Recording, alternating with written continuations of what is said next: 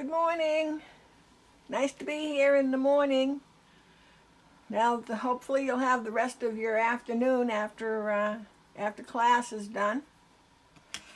How's everybody doing today? We're just going to wait a few minutes before we actually start. I don't have the second camera set up because I got my straight stitch machine back from service. It had to have a new part, so I need to run it to make sure everything's okay. So just as a little tip to you, if you send your machine in anywhere for service, make sure when you get it back home you use it for a little bit to make sure that everything, I said, how many times did I say make sure? So that you know everything is working fine. I don't know how all places are about service, but generally there's some kind of warranty of 30 days, 60 days, 90 days, whatever it may be. You can check. So I found a lot of times people get their machine serviced, cleaned or whatever, and then they put it away until the next project, and then they're out of the warranty, and whatever might have been wrong with it is still an issue. So just when you send your machine for repair, and don't run it like for 2 seconds, like, run it a little bit. Make yourself do a project. Oh, good morning, Rhonda. Is Sewing Nancy with you today? If so, hi, Sewing Nancy. Got to give out a shout out to Sewing Nancy sometimes. How do you like my little? This is my water allotment for the day. I'm just kidding. Let's see. I need to put some water in my little iron because I'm always crabbing that I don't have steam, and so it's got comes with a little tiny cup, I guess you'd call that, so you don't overdo.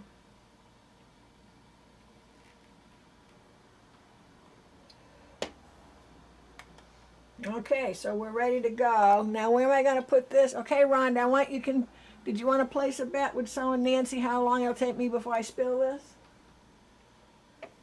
I'll tell you if I do. Well, you'll probably hear me. Oh, she's on her way. Good. Well, you'll have to play back later that she got a special hello. So for those of you that are sewing along, did you pick out your strips and cut them? They're 2.5 by 8 inches cut. So you could do, this happens to be a jelly roll. So I cut some up, and then I put them in order that I'm going to sew them in, maybe. Well, you gotta, so you want to have some. I don't have any dark in this set. So, but I do have some prints. Yeah. Here we go. So I had these two colors. I didn't want to add just one because then it would kind of stick out like a sore thumb. So these are light blues and whites, different types of prints. So this is a bigger print, even though it's cut down, it's smaller. Words. Got words somewhere else. Oh, here they are. Words. So I didn't want my words together. So you just kind of mix it up a bit. So I guess this would be my dark. I guess these would kind of be darks, but anyway. So I got them in order. I laid them all down, and then I realized I had to lay them down backwards because if this is number 1, it has to be on the top of the pile. So I'll take number 1 and then set it aside. In most people's cases, you probably have a little more room, that you would just lay them all out in a row on a side table, or make yourself go to a different table. Then you got to get up and get a strip. Excuse me. But in this little area, I could lay them out on this mat or this table, but I got to show you how to do the beginning of the quilting. So I had to be able to pick these up and move, because you know what happens every time I put fabric down and I lift it up, and then it takes these out and they're stuck to the back or whatever I have. So let's see how we're doing for time. Oh, we're going perfect. So good morning, everyone. I just wanted to do a little info at the beginning, not an infomercial in that case of I'm not selling anything, but so I used a jelly roll strip, and this would hold true whether you cut your strips from yardage or not. You know, you have a place where it's at the fold, so you'll have to pretend that this was a long strip folded in half, okay? And you always want to start cutting from the end opposite the fold. And I'm going to show you why right now. So we'll pretend we're down this end and we're cutting the 8 inches, cutting 8 inches, cutting 8 inches. So you're getting 2 for 1 every time because your fabric is folded in half. And then you get up to here and I have 5 inches of fabric. Well, I can't get 8 inches out of that, but if I unfold it, now I got like a freebie strip out of that. So whenever you're cutting, no matter what you're cutting, if you have your fabric folded over, cut towards the fold. So the fold is always, so if you're right-handed, the fold is on your right, and if you're left-handed, the fold is on your left. So you're heading towards the fold, not starting at the fold. So I got to make sure I get that. I want to get that fold out.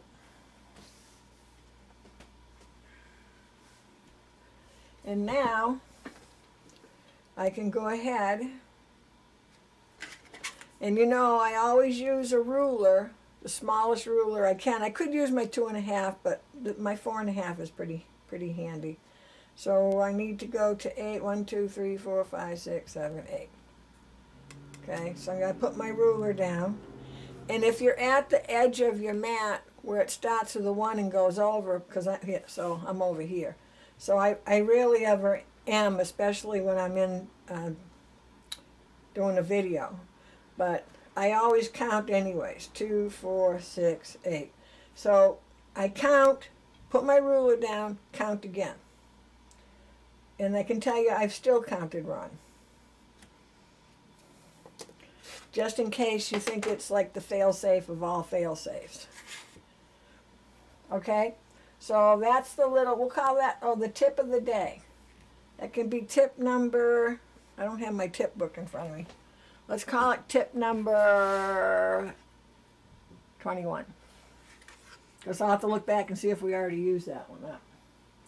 Okay, so that part's out of the way.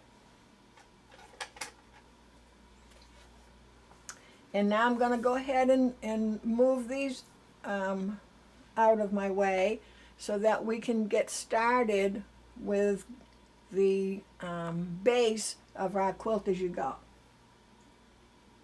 I'm hesitating to find a place that I remember where it is. There we go.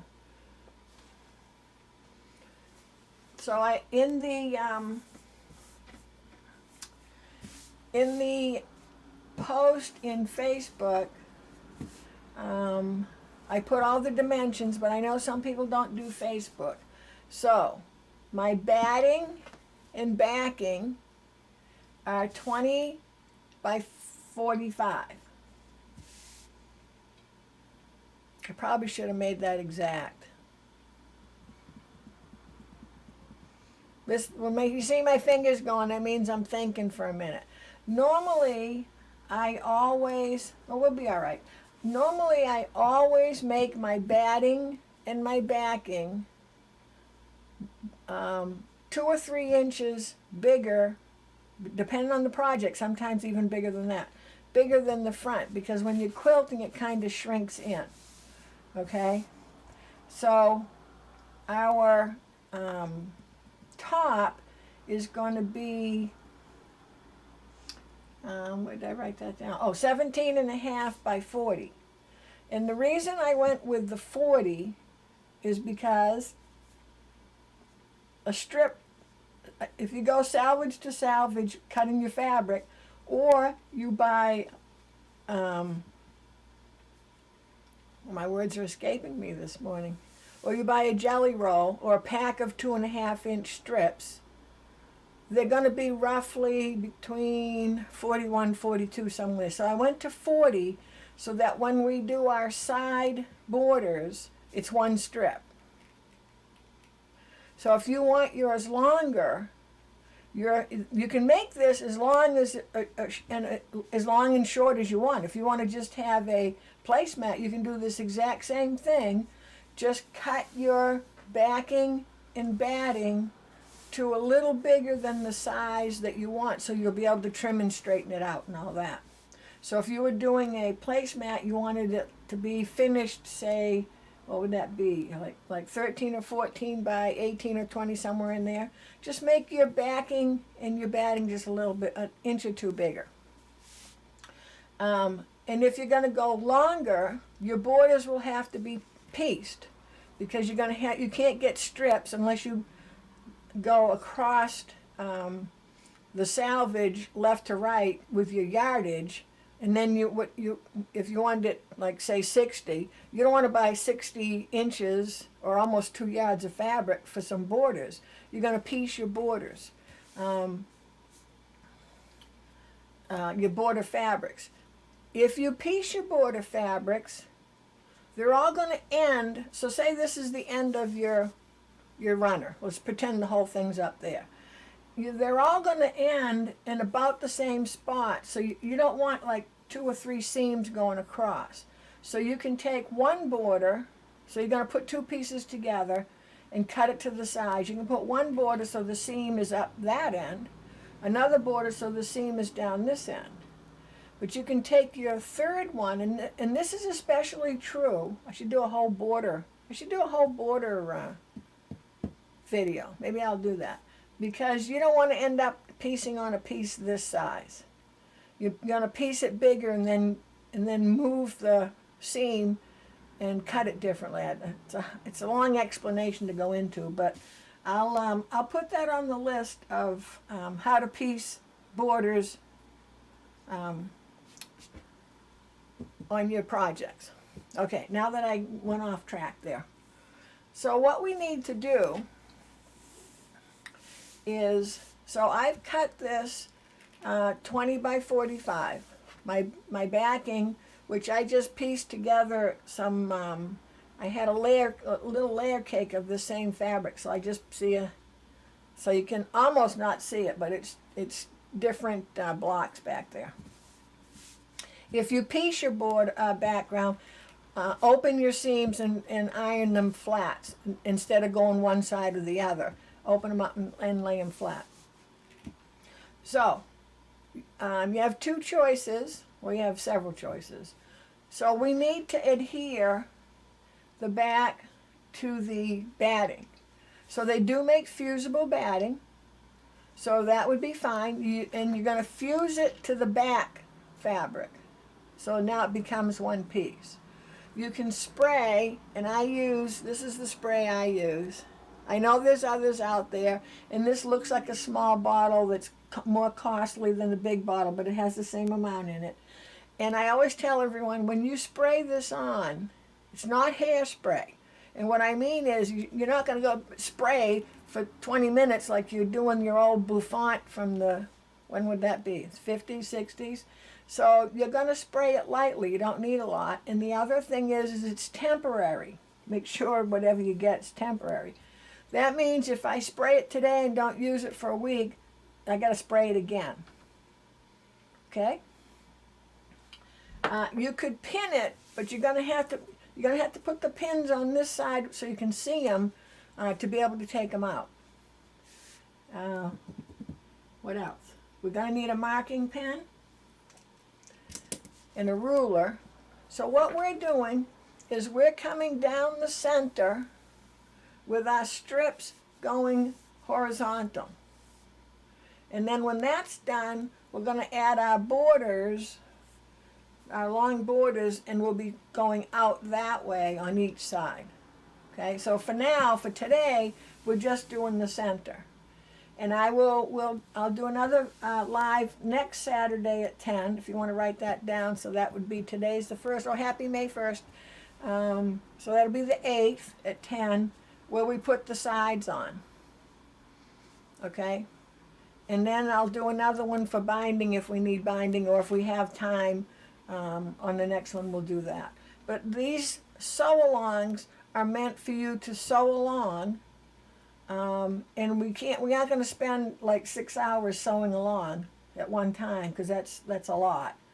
And once the videos are done, there'll be part 1, part 2, and I don't know if there'll be a part 3 or not. But whatever it takes to sew it all on the live, whatever it takes to get it all done, and then you can refer back to whichever section you need to, if you're making another one or you're making something else that's on the same idea. So if you just need the Quilt As You Go part with the strips, then it'll be in part 1. If you want to know about adding the borders on, well, that'll be part 2. Does that make sense to you? That way it isn't like 6 hours of video. Okay, so marking pen, you're either fused or sprayed or pinned together. If you spray it together, what you're going to do is you're going to lay it down either outside or, well ventilated. I mean, I don't think it's going to damage it too much. It's not that stinky, but always, have a little breeze coming in the window. Well, what you would do is you'll lay down your backing fabric right side down, right, pretty side down. Put your batting on top, get it all situated, and then work with 1/2 at a time. So you'll take your batting, pull your batting back 1/2, spray your fabric, or you can do it the other way around, spray your batting. So you can do it this way, maybe easier for you, because then you have your eye right on the fabric. But batting is going to kind of hold your fabric anyway, depending on the batting you have. But you want to peel back just your fabric to your halfway point. In this case, because it'd be like 20 inches. Peel it back, spray your batting, and then lay this back down slowly, smoothing it as you go. Then turn it around to the other side, lift it up again, and wherever your halfway point was, go a little more, just in case you missed that halfway point. Lift up your fabric, spray, and when I say spray, this is about how I'm going to go. Spray. Okay? And then don't just flop it back down, just lay it down and push towards the edge, and then push towards these edges, because that way you won't have any wrinkles. If you put this part down first, well, you might have a big wrinkle right here in the middle, so you're going to have to lift it up anyway.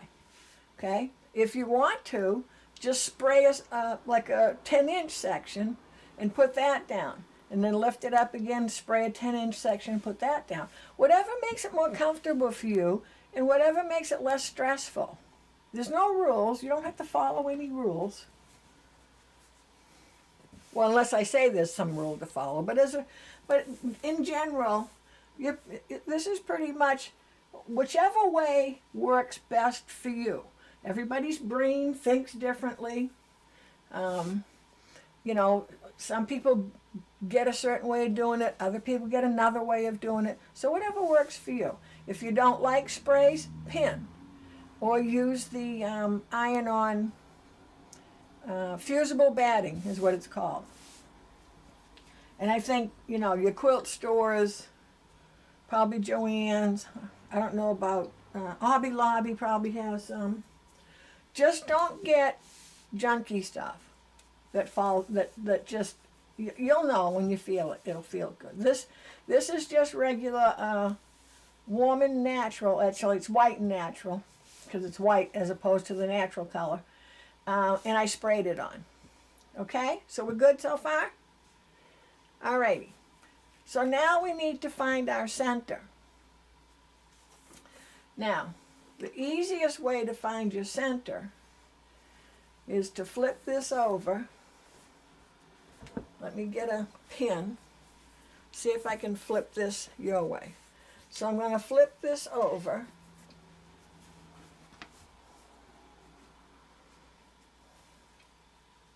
So my edges meet. Now this could come up that say your batting is a little bigger than your fabric. That's okay. What you want to do is make sure your fabrics are meeting. So if your batting is bigger, fighting down the other end there, sorry. So if your batting was bigger, for some reason, I don't know why, but if it was, lost a pin there. If your fabric is shorter than your batting, then you're just gonna match up your fabrics and you can look both sides. I wouldn't recommend that. And if your batting is equally bigger on both sides, let's make it easy. Make sure you cut your batting and your backing to match. So after you spray, if you need to do a little bit of trimming, go ahead. Okay? So I'm just going to put a pin on the batting side where the fold is. So my pin is right there.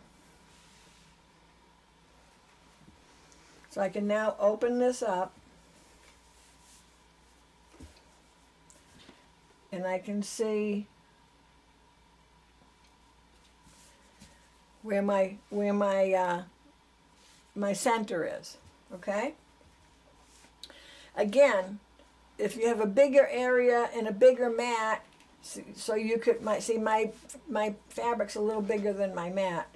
So if you have a mat that's bigger, you can lay this on the mat equally, the equal number of inches on each side. So whichever way works for you. Doing a crease doesn't really work because number one, the crease is real big, and number two, it's the batting that you're creasing, and it doesn't work out the best. We've got a little give on either side because remember this is 45 and we're going to trim it to 40, so it's a little bigger than we need it to be. So if you started out smaller, that's fine too. So I personally like to have that extra so I can trim everything up nicely before I'm done. But that's just a habit of mine. So we have our center, and what I want you to do is take your ruler, and I want you to, and I know the glare of the lights is there, and I'm sorry. But what I'm going to do is I'm going to take my ruler.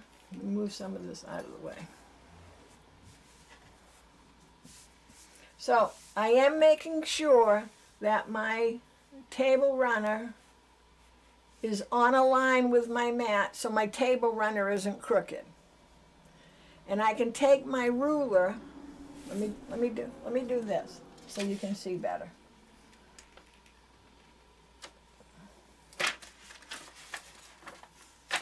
Try not to wreck my little sign here. Okay. Well, that didn't.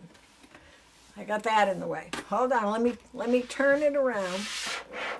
Yeah, let's go to the that shines more. I stuck my sign up, now it wants to come back down. I wanted you to have lines there to see. Oh, I'm upside down again. There we go. Okay, I wanted you to be able to see the lines. And there we go. So, I want to make sure that my backing and batting are straight across, because I've cut this all so it's nice and straight. I've put my pin on a line. And the reason, it doesn't matter what line, the reason I did that is so I can, when I put my ruler down,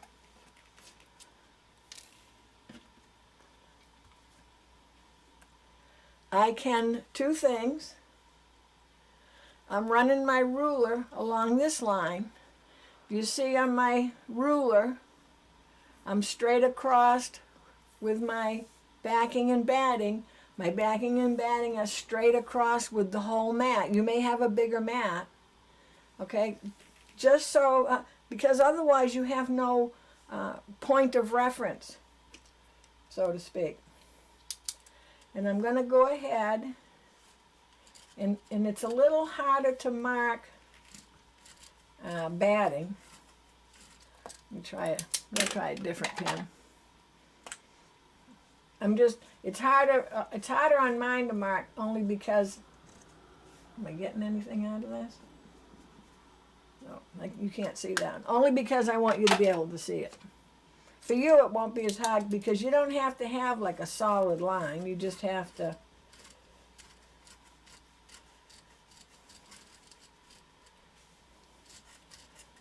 And you notice I'm just doing little sections of line because the pen and the batting aren't best friends. Okay, so there's my line. All right, so I'm going to move this up. I'm just going to scoot this down. I'm going to move this up. And if I scoot this down, if I fold it, I'm going to make sure my fold is even.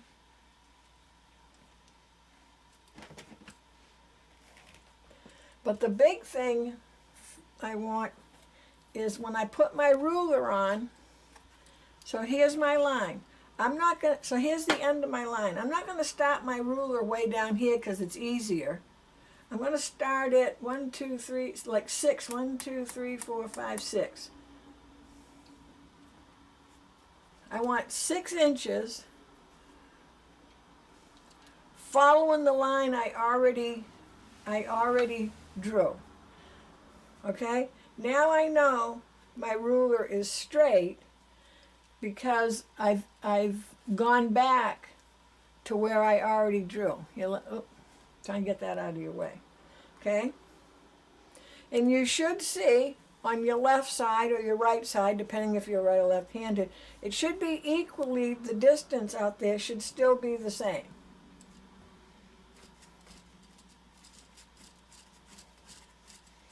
And since we're starting from the middle, we have to draw the whole line.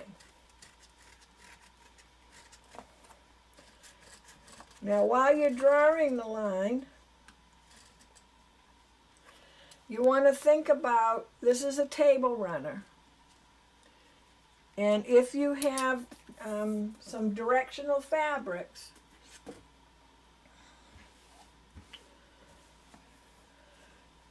let's pretend this is the middle. If you have directional fabrics, you may want them from the middle going one direction this way, and then from the middle going the opposite direction, because it's a table runner, people sitting around the table.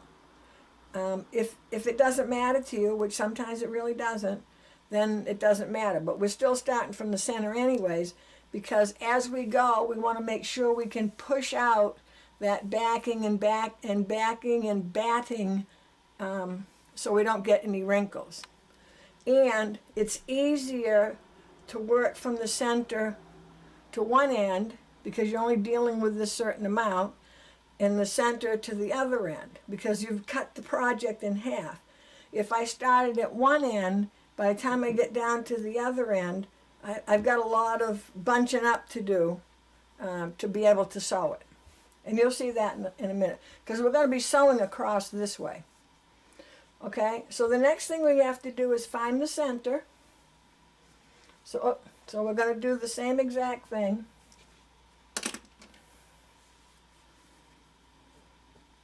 All right, well, let's do it. I'm folded. I want right sides together. Sorry about that.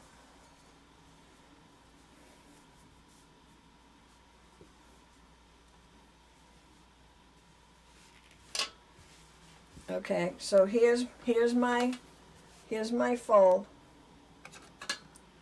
and I'm going to take my pen and just mark my fold.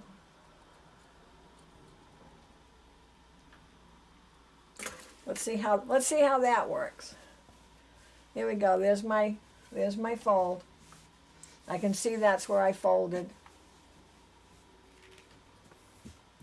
Now I'm going to just draw a little line across here. I don't need it to go the whole way. So when I put my ruler on, ready to draw my line, my ruler should be running right along. Take one of the lines of the ruler and run it right along with the line you just drew. Now you know your ruler is straight.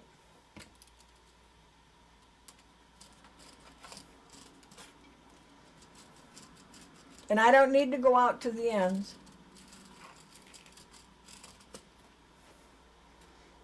Okay, so now I've got my center line. Now I've used my friction pen, so I can't be doing any pressing of anything. Okay, so let me just stop for a second, see if anybody has any questions. Because once we get going, part of this will be covered up. I won't be able to show it to you again.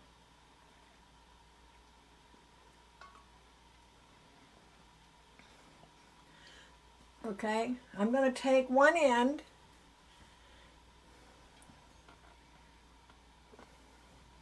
and I'm just going to fold it up a bit and find some clips, or you can pin it. I'm just going to clip each end. If I had my bigger clips, I'd use those.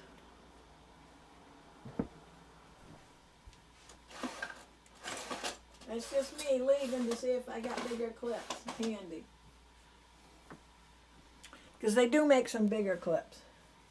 But all we're doing, or you can put a pin in there, but it's a lot to go through. I just want to have a little bit of control because I'm going to be putting this fabric in the machine this way. So do you see that this is going to go under the machine? And I'll bring the machine up closer in a minute. And I'm just going to fold less of this one because this is the one I'm working on. And I'll get it all in the camera as soon as I get it clipped.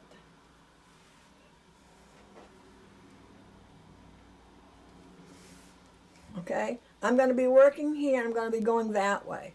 So I folded this one up more and that one up less. Now, we've got to get our strips.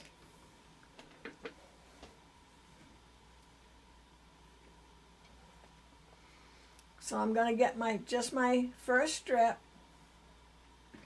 for the moment.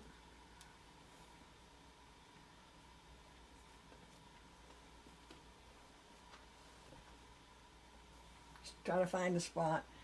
And I'm not going to start this here. I want to start it in the middle of the line. You see? Because this isn't the middle, this is.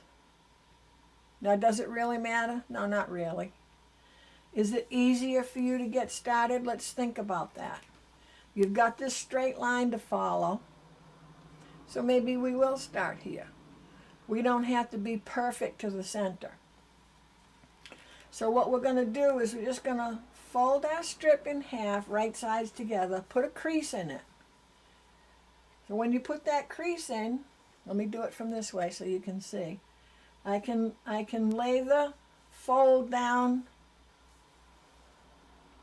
at the line,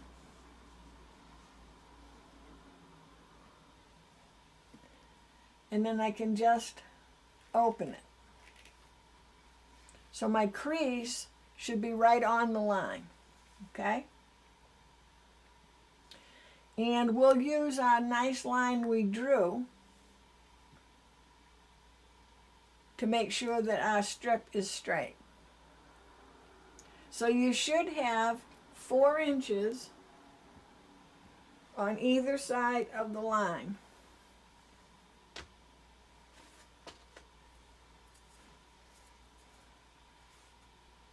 So 4 inches 4 inches. If you don't start out right, it's just going to get worse as you go along. So you have to just make a little effort to get it started right. So what I'm going to do is I'm going to pin, since I'm going in that direction, I'm going to pin this side.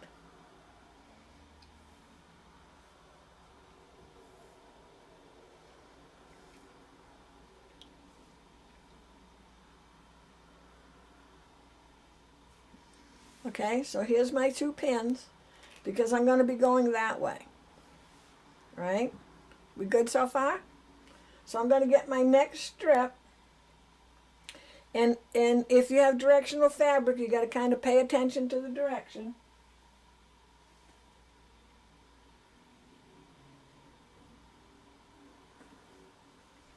So when I put my neck, now this has the word joy, and I want it to face that way. So what I do, this makes it so much easier. I'm going to set my strip down where it's going to go, how I want it to be. And I'm setting it down right along the edge of the first strip. Now I just checked, okay, my word joy is reading from that end. Now I just have to flip it over, and if I need to put a pin in,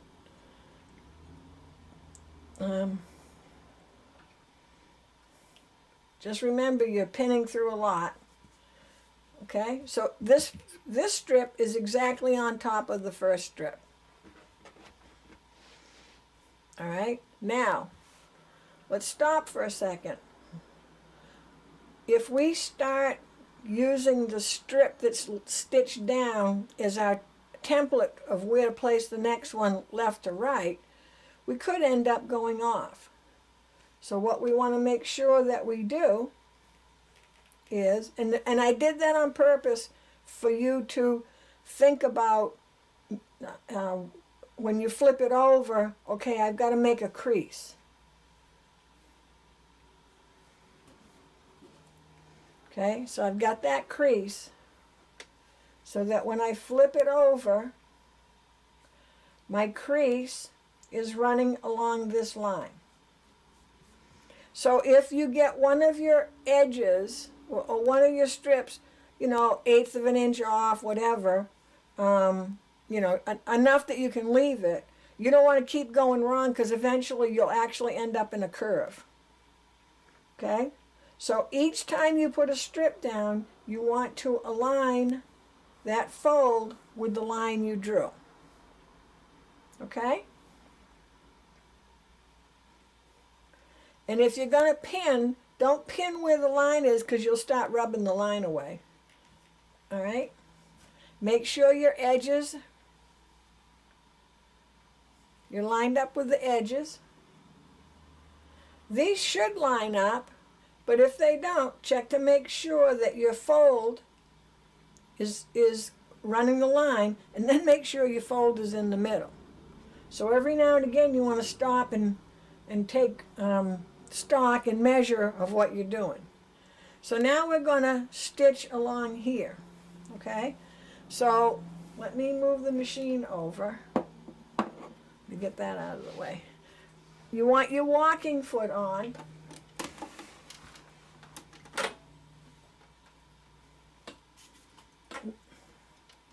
My antenna just ran into my lights here. Hold on. There we go.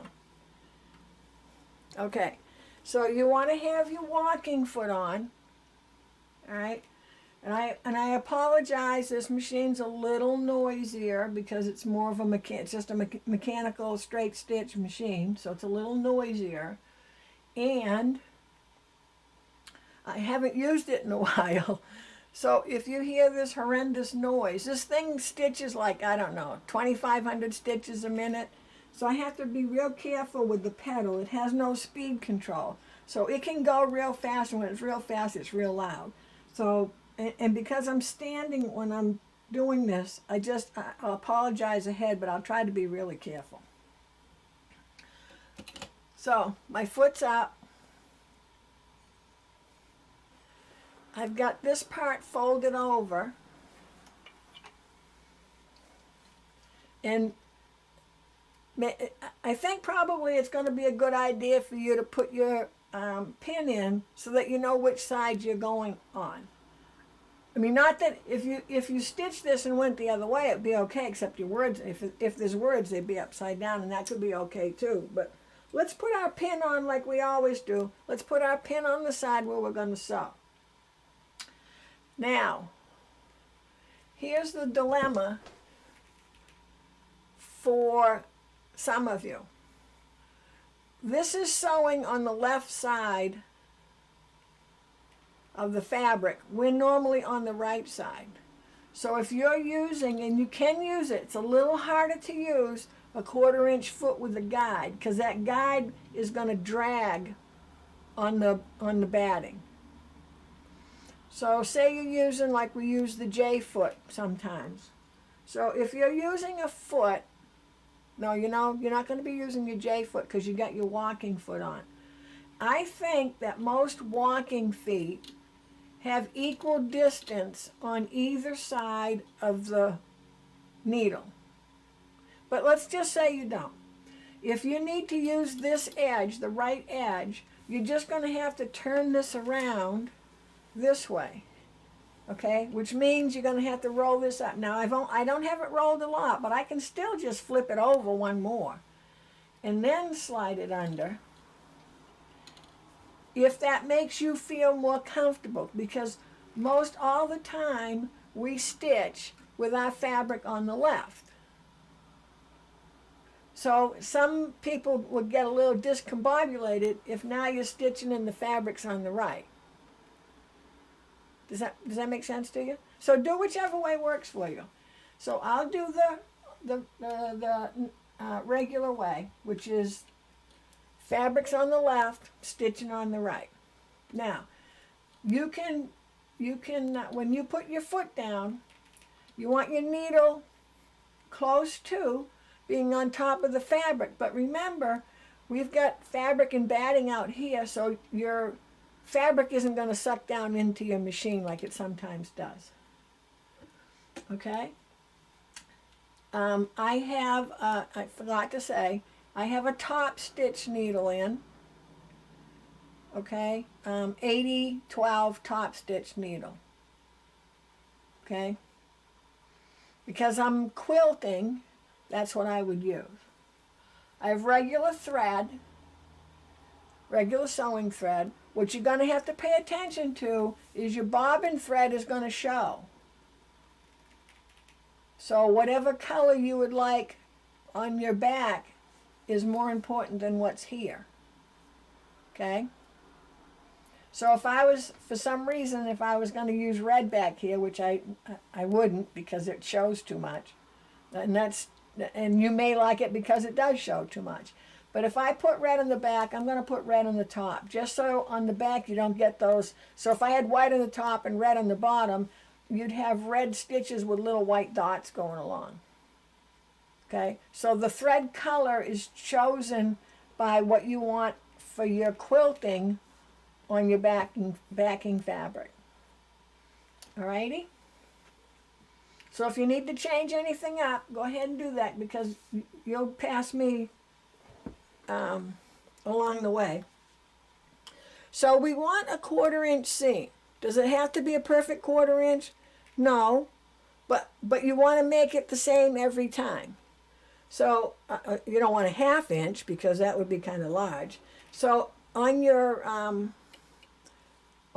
walking foot, pick something on your walking foot on the toe part here to go by. In my case, this particular walking foot is very narrow, so I can use the edge of the walking foot for that.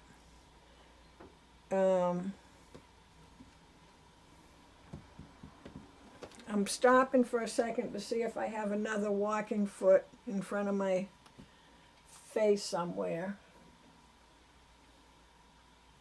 because I know some of them are wider.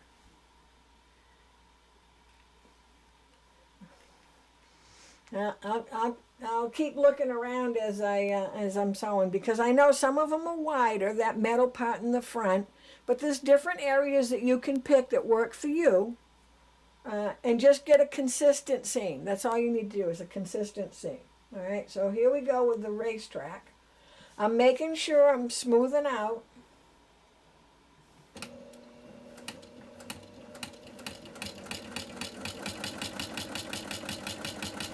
I'm going to stitch a little ways, and then I'm going to look at my stitches. I may have to use a little bit longer stitch. So if I'm at 2.5 and the stitches are really tiny, go to 3. If I'm at 2.5 and the stitches are a little smaller than regular stitching is, I might want to go up to 3.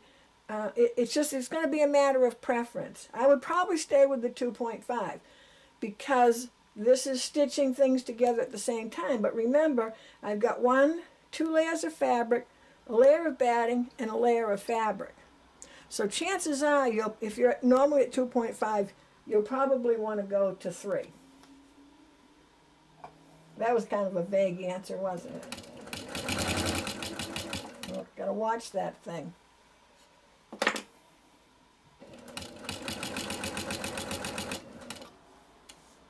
So I want to make sure I keep everything nice and smooth.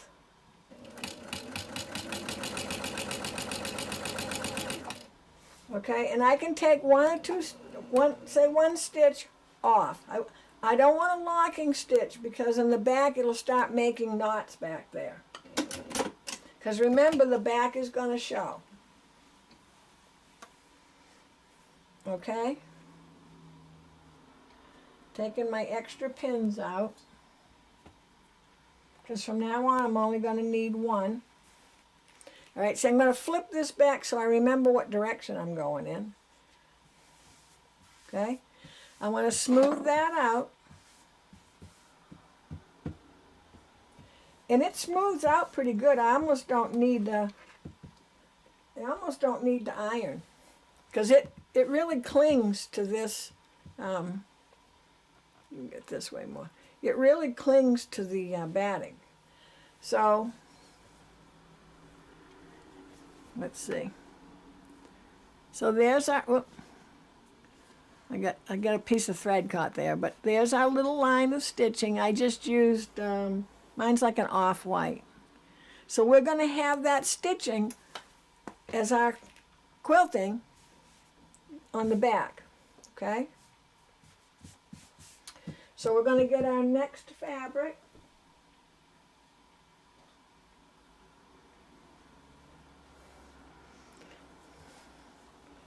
We're going to fold it in half, little crease. We're going to open it up just to make sure if it's directional, we're heading in our directional is going the right way. Whether it's directional or not, just take a moment to do, okay, this is what I want next. Flip it back. Oh, can't see my crease.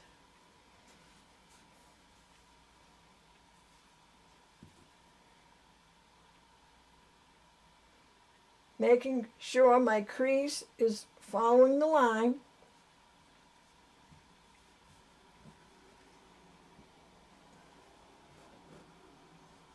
Okay, I don't want to line up with each edge in case my edge is wrong, or maybe I cut a little wrong. Because we'll cover this edge. If this edge isn't perfect, it's okay, because we're going to be covering it at some point. Okay, if you need to, and you might want to make sure you do this every few strips.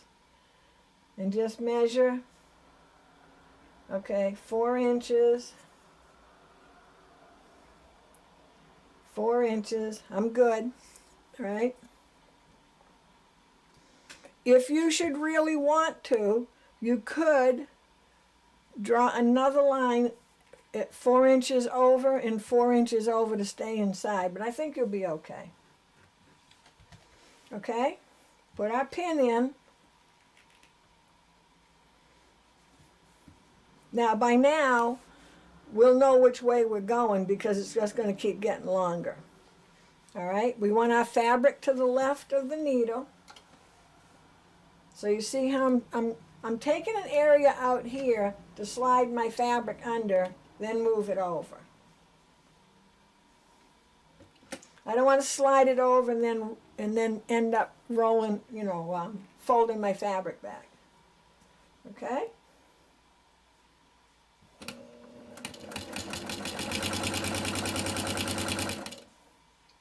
Make sure my pin's out. Double check to make sure you've lined up straight with your strip underneath.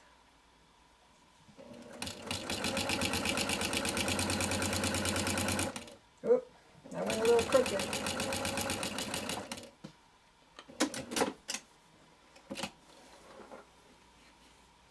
Pull it out.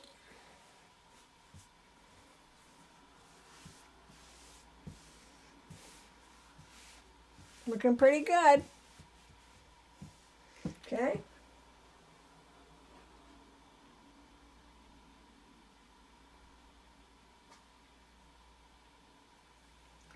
Next fabric.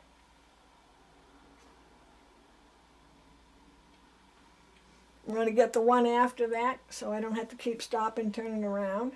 I'm going to fold it in half. Now let's see if it helps you.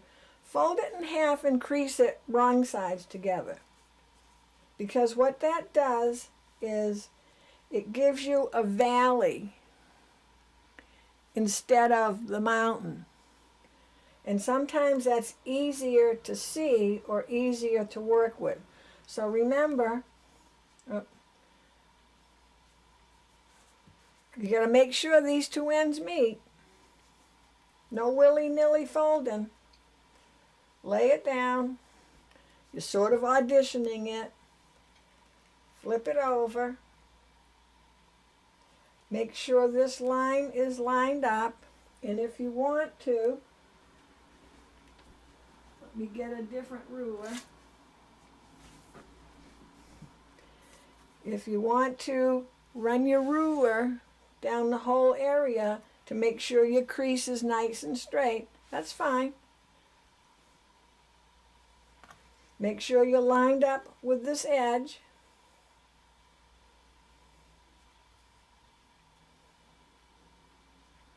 Okay? So if you wanted to have a line along here, I'll show you how that will look. So we'll get my marking pen. And I'll mark. So I've got a line right on the line I drew.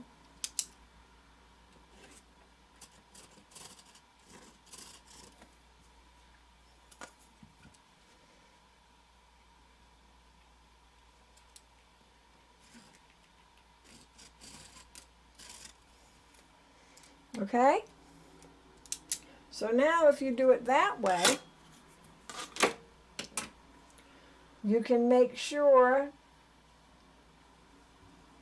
that your, you can make sure that your piece is between the two lines. Okay? Just double check your lines. Always check them twice. So there's 8 inches between them, and this middle line is right on the 4. So you can see, because I want you to see this, see if I can come in a little closer here. Can you see how this fabric, it's out past the line. So I may have not cut it perfectly right, when it may not have folded right. So if you want to run your other 2 lines, that's fine, or just now and again check. So you always want to have your fold along here. Don't be tempted to scoot this over to meet this last one that wasn't right, because now look, it's short on that side. So make sure that as long as you have your crease in the center with the center line, you'll be fine. Now, is that going to hurt anything? No. we're fine, because it's just going to happen. Sometimes when you're sewing along, your fabric is going to push towards one way or another. So that's okay. All right? So let's sew this one. So let's put a pin in. I think putting the pin in just gives you the confidence to know, okay, I'm good. I'm sure you're going to know you're not sewing on this side, but you never know if you're nervous and it's your first time doing it. We do crazy things when we're nervous. Okay, and again, I'm sliding under, out in this area, and then I'll bring it over. I want to make sure, and I didn't, so I'm going to do this again. I want to make sure I lined up along the top fabric, and I could see that I didn't. Okay, so my crease is in the middle. I'm inside of my 2 lines out here, and see, you can draw the 2 lines kind of as you go if you don't want to do big long lines. Let's do a section at a time. Your middle one you have to do all at one time. You can also use different size strips. They don't all have to be 2.5 inches. You could use different sizes of some things you may have left over.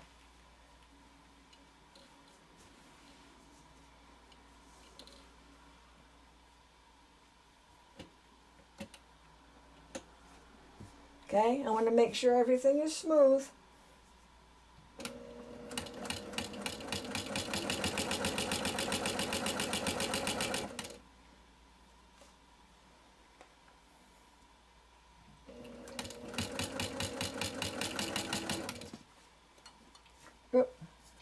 Try to keep your area nice and flat.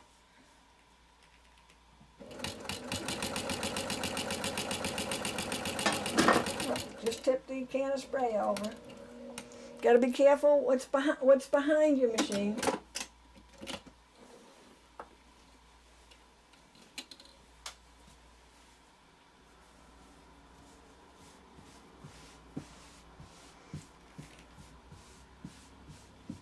Okay, we want to be between our blue lines.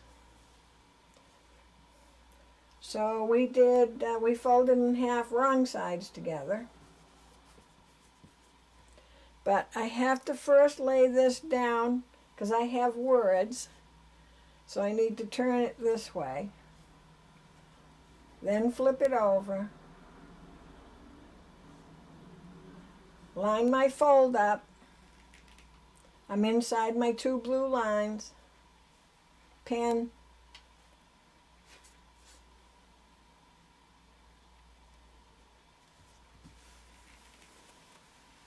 But let's look at the back and see how the back is doing.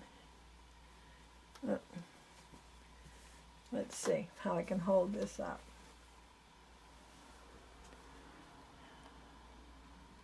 There you go. You can see the stitching. See right through Santa's belly almost. Right through his legs. But we want to turn it over every now and again. Oh, let me back up a little bit. To make sure that this is remaining smooth. If we're starting to feel we got like a wrinkle going, if you've used the, and if you have the iron on it, it shouldn't happen. But if you're using the spray or pins, just undo a little and just push the fabric down. But so far we're doing just fine. Now that you don't really want to do that before you put your, after you've put your strip on. Kind of flop my strip all around.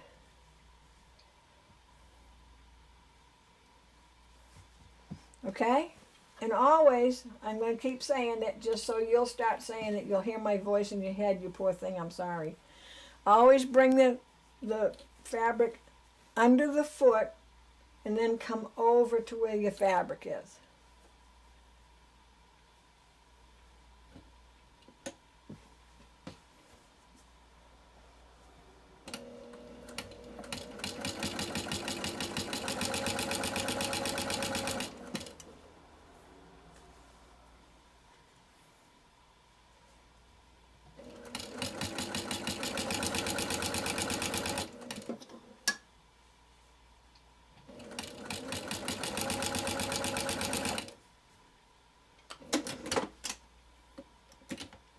And again, watch, I'm going to move away into the area with no fabric and just pull it forward.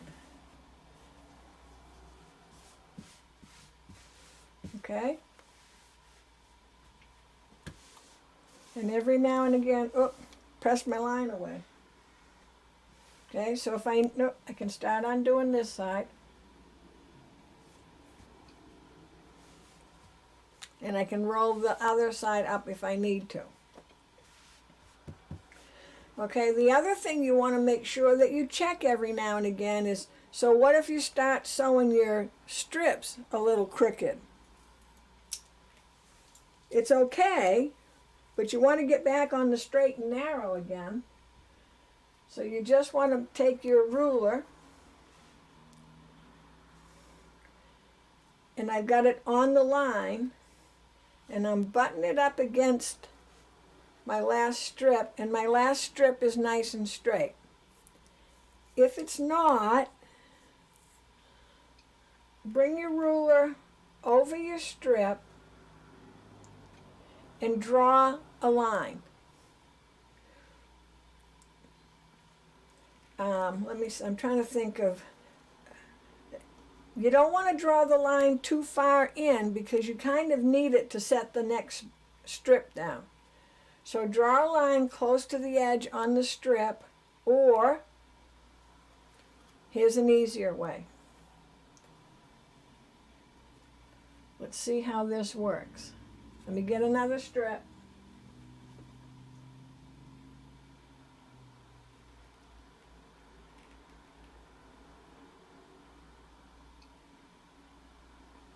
It takes me a minute because I got them in that little pile, and I'm trying not to disturb the pile.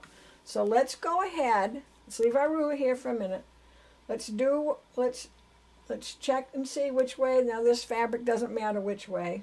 And remember, we're going to put wrong sides together so we get the valley instead of the hill. All right. We're going to make sure that our little valley is straight, because remember, the strip underneath might be crooked. We're going to lay it as close to the edge of the shortest straight part of the block before, the strip before. So how do I explain that?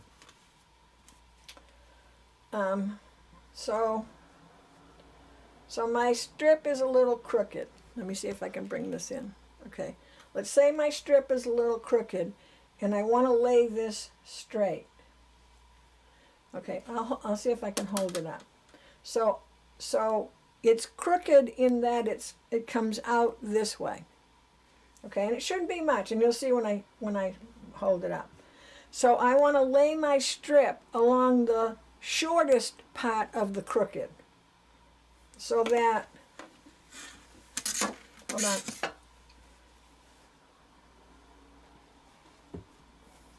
I know I'm going to need something behind to hold it up. Okay, so my strip is crooked. You see how I've got more fabric here and less fabric there. So I have to line up where the least fabric is, because I don't want to be stitching out in the batting only. So this will end up being in the seam. The seam allowance here would just be a little bigger. Okay, so the first thing I'm going to do is make sure I'm lined up with the shortest, I guess it's the short, what would we call that? The shortest side. So the wider side, or the narrower side, the wider side still shows a bit there. But you see where my fabric is way down here, okay? And we've lined up our center.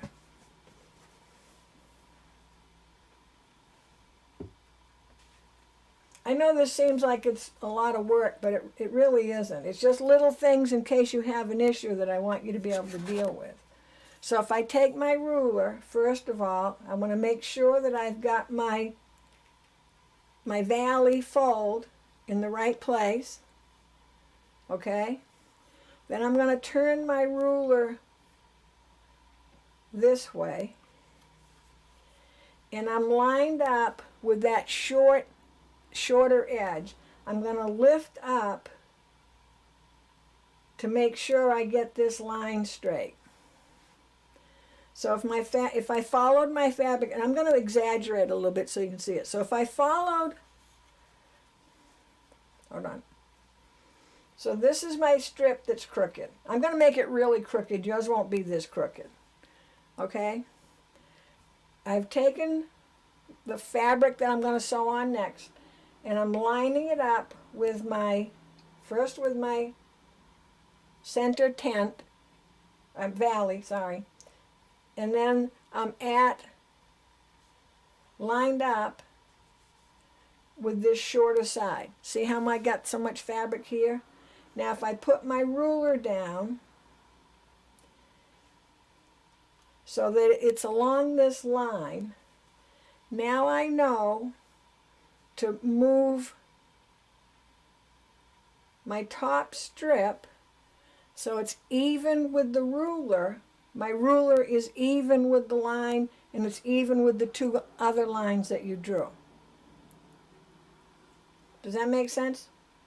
See if I can hold it up with the ruler on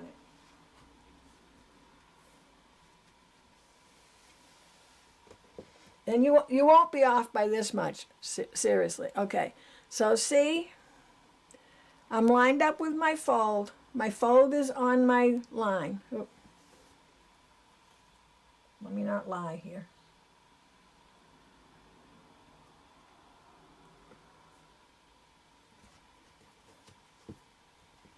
Okay. My little valley is lined up with the blue, and so is my ruler. Then I've put my ruler to the edge here because I know that's the shortest or narrowest point of the bad strip.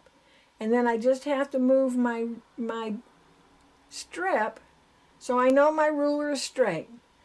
I'm going to use this edge of the ruler. Oh, it's a little hard to do here.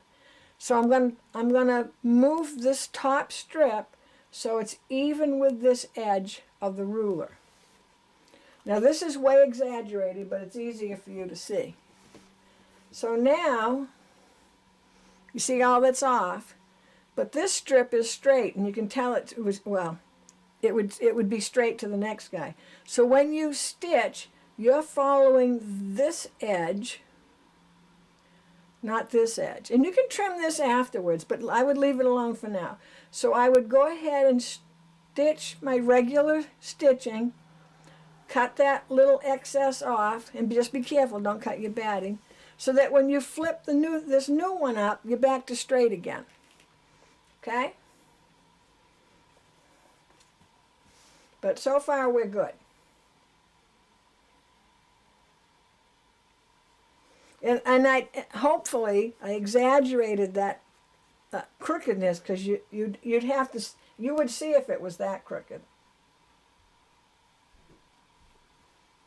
Okay, so I'm lining up with this edge.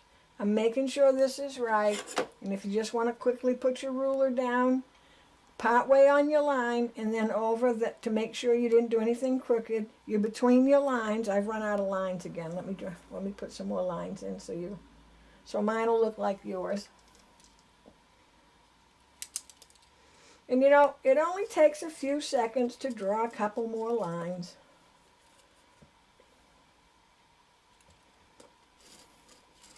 Now, if you're wondering why I flipped this ruler, this is a 4.5 inch ruler. So my 1/2 inch is out past the line.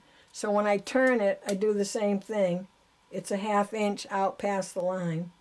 Then I don't have to really look that hard for the 4-inch mark. Okay? Oh, so we gotta make sure we're lined up again with our pin. Oh, all right, always take your pressing mat out, because yours won't be there. Otherwise, you're pinning into the pressing mat, which then when I went to pick up the table runner. I had a pressing mat on the back of it. Okay, I've unrolled this now. So again, I'm going to keep saying it. I'm coming in over here where there's no fabric. Then I'm going to come over. Now I can just take my hand and make sure that I don't flip that fabric up. Okay? Nice and smooth.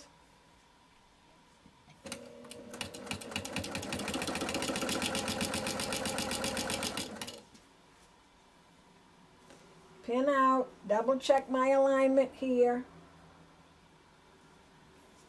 I know, pin back. Continue to follow your eyeball along whatever edge you're using.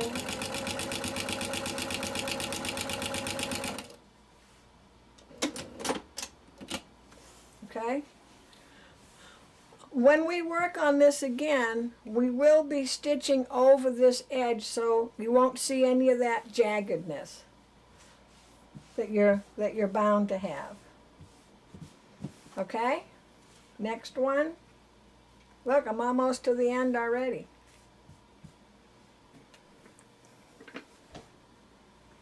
So I'm only laying this down. It's sort of like my little, let me back up. Oop, back up. It's sort of like my little audition. I can see how my fabrics are looking, and you know, sometimes we put fabrics together in a pile, and then once we put them down, we go, oh yeah, I don't like that one there, or I don't like that one at all. And you can use as many different strips as you want. So we're just auditioning, making sure that if it needs to go in a certain direction, it is. Then we're folding, remember, wrong sides together. Always make sure your edges are lined up. So we're making the valley, not the mountain. Putting it on. All right. I would just do, okay, my ruler's at my valley. I want part of my ruler out by my line. I'm good this way. Put my pin in.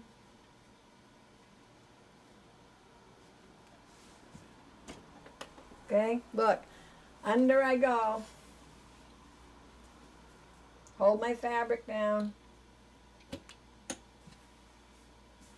Make sure everything's nice and smooth. Get my pin cushion out of the way.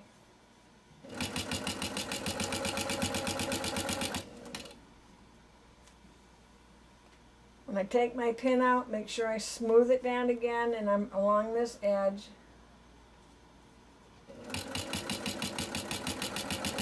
My eyeball is looking to wherever I'm lining up to.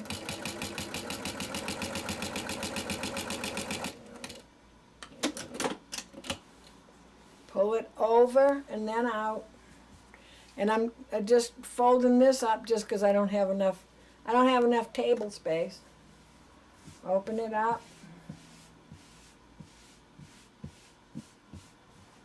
Okay. Next guy. Thought I lost one there.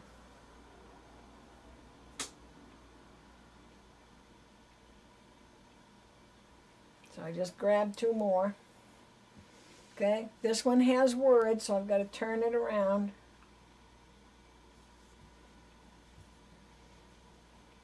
Wrong sides together. And you probably should fold the two edges towards you so you can see them rather than have them up there. And then just push that down and make that crease. All right, double check that I'm going in the right direction. So if I put this on, oh, look, I've got it upside down now. And if you need to double check, you just put it down, flip it. Oh yeah, oh, letters are going the right way.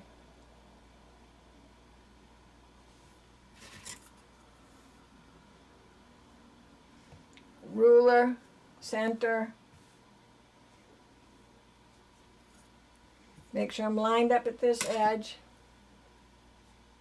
One pin. Just slide it right under. Hold my fabric down. Before I start sewing, make sure everything is all situated nice and flat.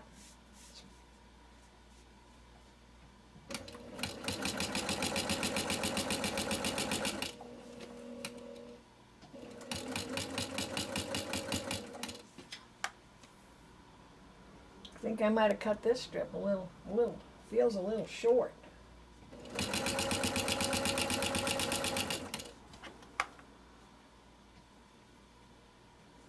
Just making sure I'm lined up with the edge.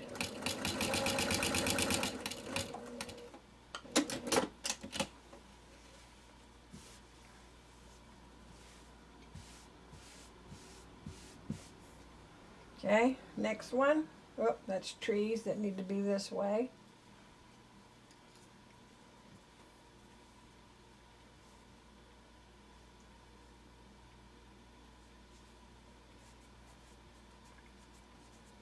Now, I cut mine 5 inches longer than I needed to.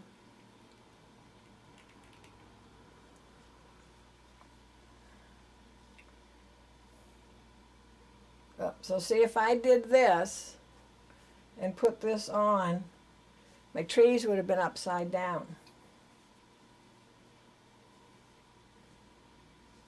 So whenever I have directional fabric, I always put it down to sew, but then I turn it to make sure I got it right.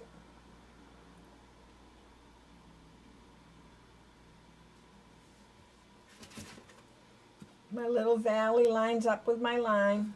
I'm lined up along here. Even though the fabric's long, this is longer, I would probably go to the end on each side because we can trim off afterwards. Because back at the beginning, let me just stop for a second. Because back at the beginning, to make it easier for you, remember we drew that line and put the strip on the line.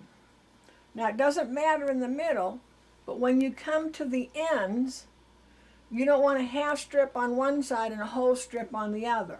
So if we just come down further than we need, we can adjust each end to be the same. If you do your batting and backing at the exact size you want it to be, when you set that center one down, the first strip down, you're going to have to center it to the center line. So you have to, this center of the strip would be on that center line. So you'd have an even amount of strip on either side of that center line. So if this was, hold on.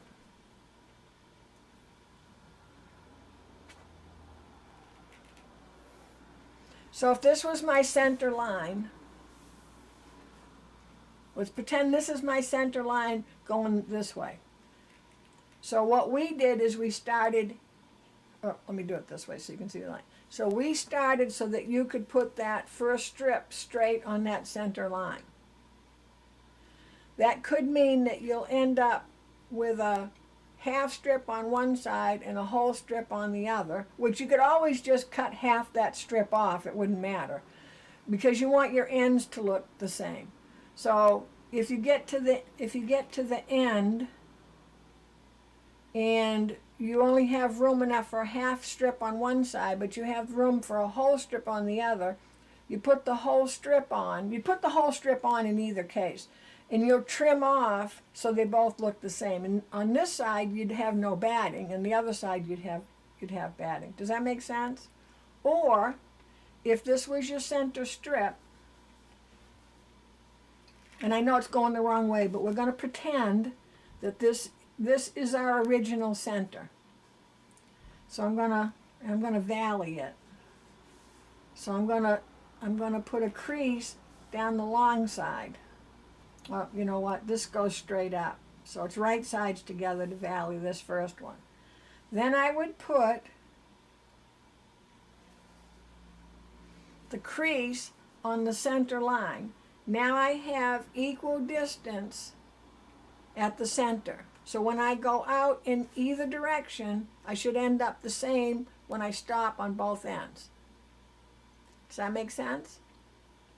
So there's different ways to go about it, and things, for the most part, in this case, things can be adjusted at the end, okay? So I have a 2.5 inch strip. If I wanted to get line drawing, I would, here's my center line, I would draw a line on either side the correct distance. So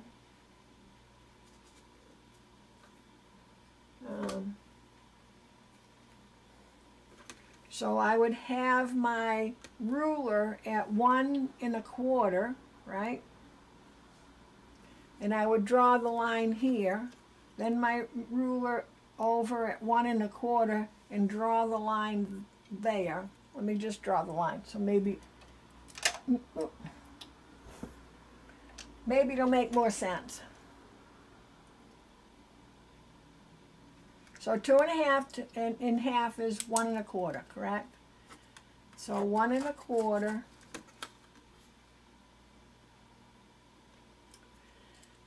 and 1 1/4. You see? Let me move this back.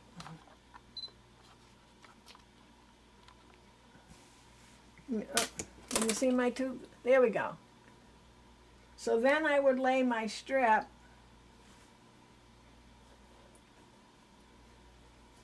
right in the middle.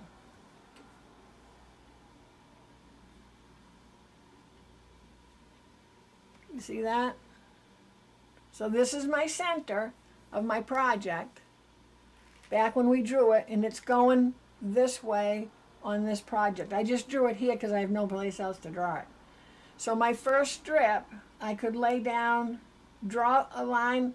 If I'm using a 2.5 inch strip, I want a 1 1/4, 1 1/4 from this center. Now my strip is right in between those two lines.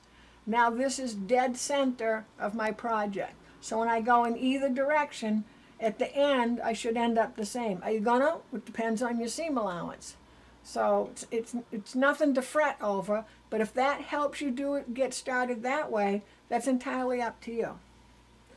If you did it the way I just did, and then you get down to the end, and this only applies if you cut your backing and you're batting the now I don't know who's who here.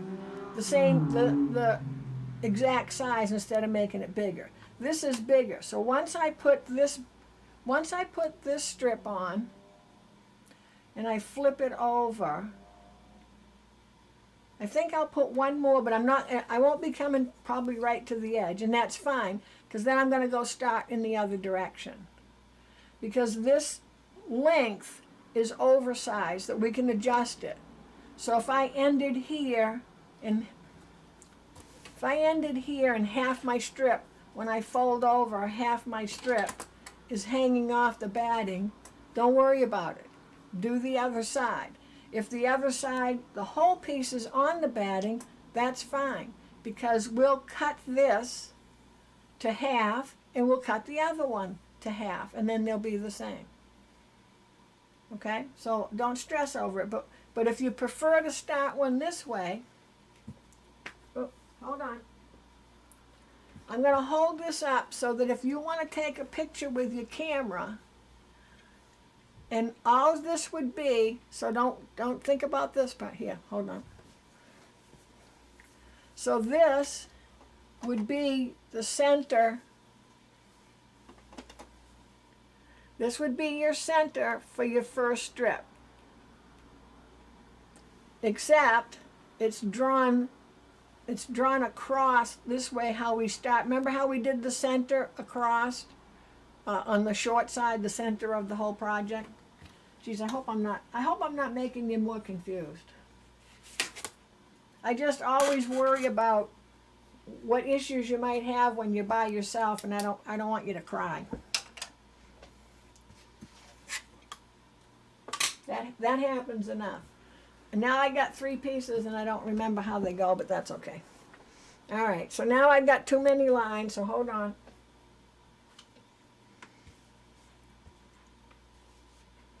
There we go. I don't want the too many lines to confuse you now. Okay, so I just pressed them away. So back to where we were, and you're probably ahead of me now. So let me just double check again.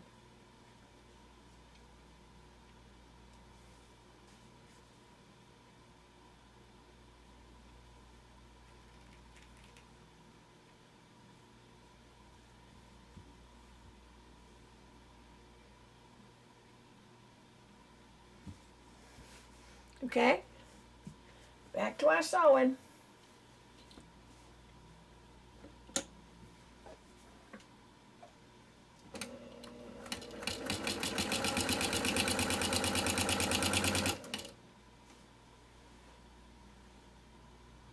I know I'm always reaching across on you.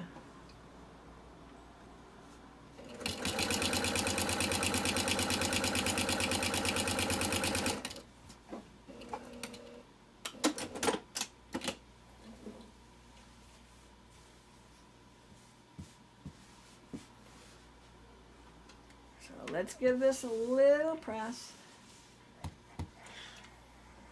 Okay, so I would keep going, but I'm going to go back and get us started on the other side. So how's that looking? Oh, let's back up again. Oh, back up, back up. How you looking? Pretty good? So we're just going to now roll this side we just finished up. We don't want to fold it, we're just going to roll it. And let's check our back. How's our back looking? It's looking good. Okay. If you got a little bit of, I call it, when you stitch puckering, not big puckering, you can just give it a little. Just remember, if you iron back here, you're going to take your any lines away, but we're done this part, so it shouldn't be a problem.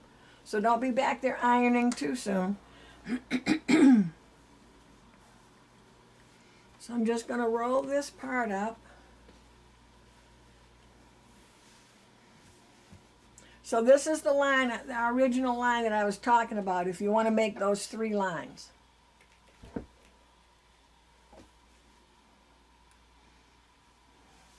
I haven't seen any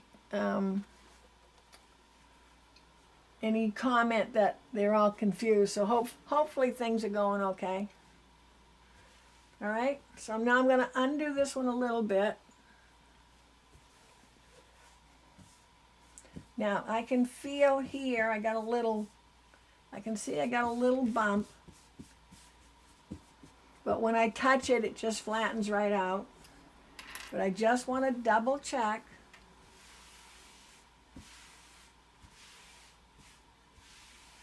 Make sure everything's nice and flat on that side. I'm just going to roll this edge up a little and clip it.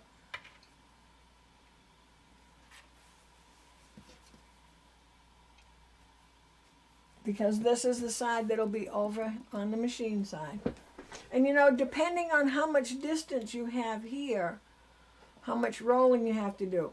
I would roll so far, so if I had a machine that like had this distance, I would roll so far, but when I put it over, I can always flip it again.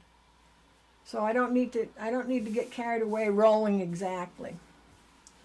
Okay, so now we're going in the other direction, but we're doing the same thing. Now, if I want to, I can just follow what I did for colors from the other direction. But I have mine laid down properly. So hopefully I'll be in, or they can be willy-nilly. This is a place you can willy-nilly all you want. I have to stop for a drink.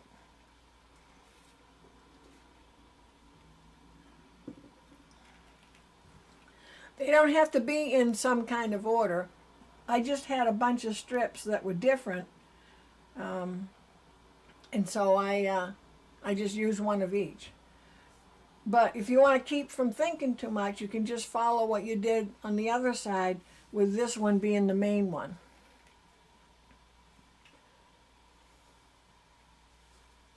So let me grab two, the next two.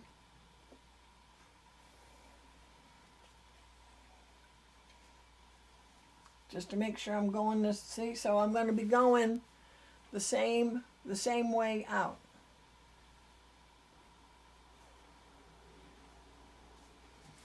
So it's the same order that I went left. Now I'm going to go right. So I'll just set those over there. Grab my one pin. And now I've got my words. So here's your choice. This is the center. Do you want the directional going in that same direction, or do you want it going opposite so that everything goes out from the center? So I'm going to go opposite. So in other words, the way I'm going to fold it open, the words are going to be that direction. So these words are this direction, these words are that direction. So these are left, these are right, depending which way you started. Okay?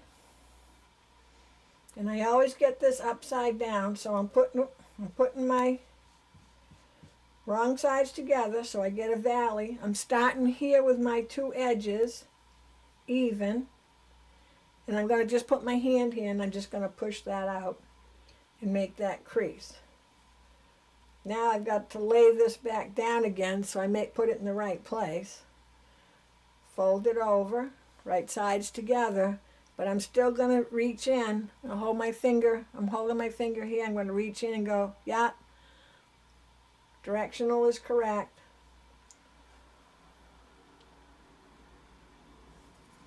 If you want to, oh, lost my little valley there.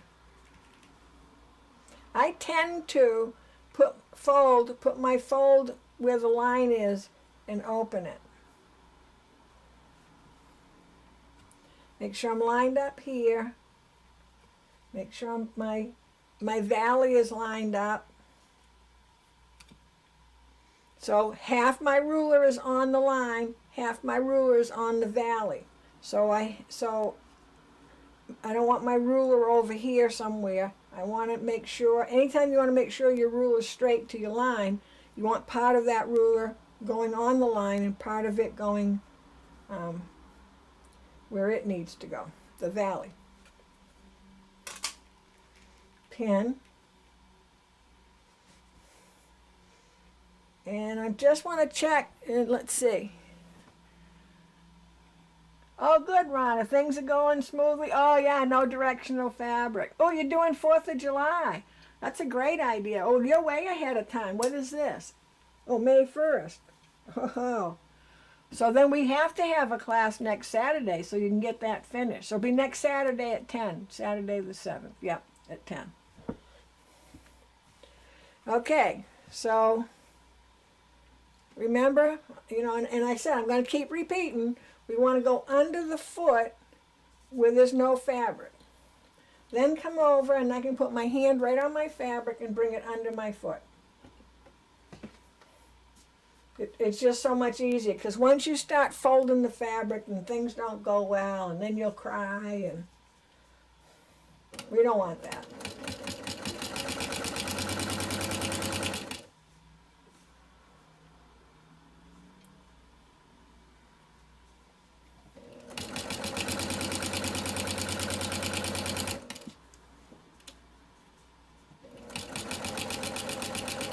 Now, you see my hands are here, and remember back at the beginning, I told you I spread this out.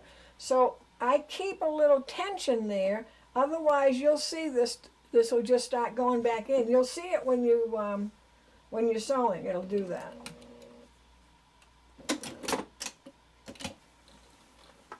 Again, I'm coming out and over. Okay, so if we want to draw our lines again for 4 inches on each side. I seem to have some kind of cutting disability.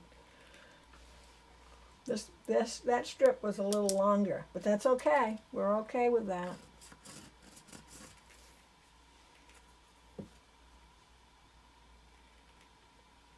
So when you're drawing your line, it's a good time to see. So I'm drawing my line, so I'm lining up with my center. My strip is nice and straight. So if you draw a certain section at a time, it's a good time for you to see how your strip is going, how your strip is coming along.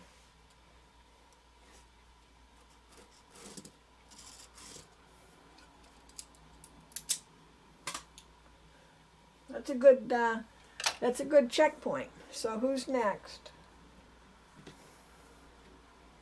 Okay. I always, no matter what, I always lay this down. Okay, flip it over. I want the edges towards me so that I line them up and just crease. This one doesn't matter, so I just have to lay it on. If I want to take my little ruler, okay, so my valley and my line are lined up. I'm lined up this way.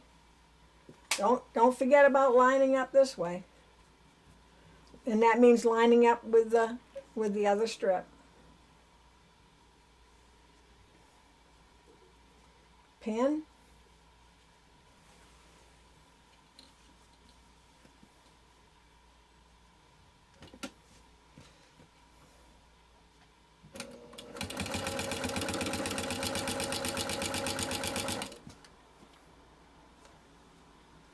I always stop when I take my pin out, make sure I'm still lined up.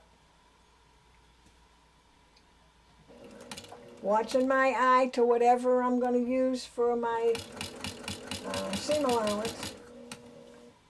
You notice my thumb, you probably can't see it, my thumb, even though my hand is here, my thumb is at the edge of my strip. I didn't notice that till just now.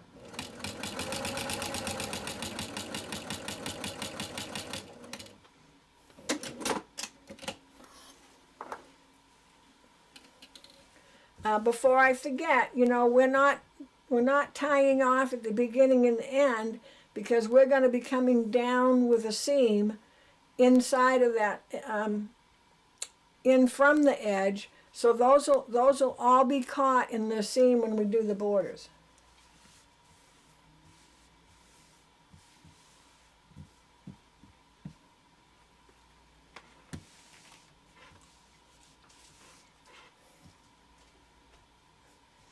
I had to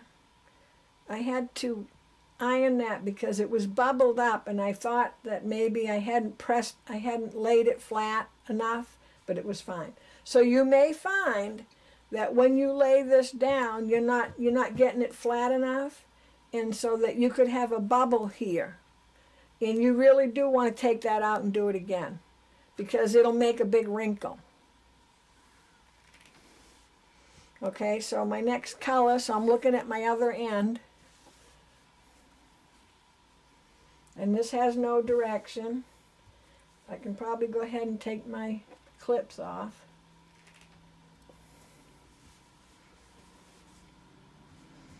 Okay, I want to look at that. Wrong sides together, edges towards me, push, crease. You know, this may seem like a little extra work or a little tedious work, but remember, when you're done, you have no quilting to do. It's going to be all done. Quilting's all done. So keep that in mind when you're going, oh, this is a lot of work. When you get this done, the only thing you have to do is put binding on it. Checking my seam.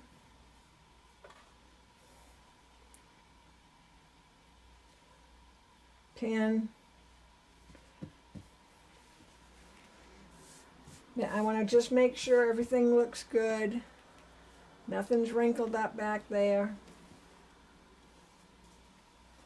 Check as you go.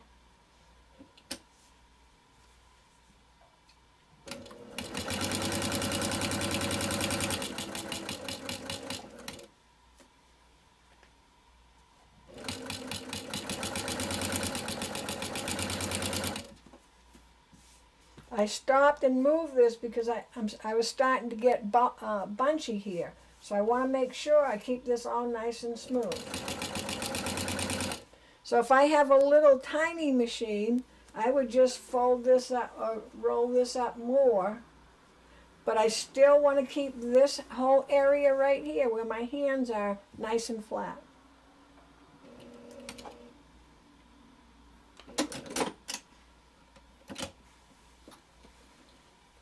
Okay, so let's flip this guy over. Let's look at our back. How's our back looking? Good. I know I have white thread, but I couldn't bring myself to use something that really shows a lot. Hey, you can see all the lines, see them?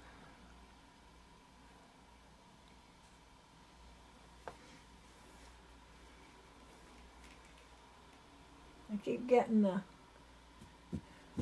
Alright, I'll fix that later. Now I don't even know what it... Oh, here they are. Yeah, I'm leaning all in the camera. Where'd that thread go? See, the second you let it go? I swear, there was a thread I needed to cut. Alright, I can't see it now. That's a perfect reason why if I see a thread, I try to cut it as I go. So here we go. Now, if you have little threads left where you start and stop, don't touch those. You can trim those after we stitch by that area, okay? Because should you want to pull out a couple stitches, you've got a thread there, but secondly, you don't want it to come undone too far back. So just leave them alone. I just had like a big thread in the middle of my stitching. I don't know. Maybe it was just a thread that was hanging on from nowhere land. So I'm just double checking, making sure everything is good. Okay, I really want to make sure, so if I need to, we can use our roller here, but make sure you roller towards your new strip.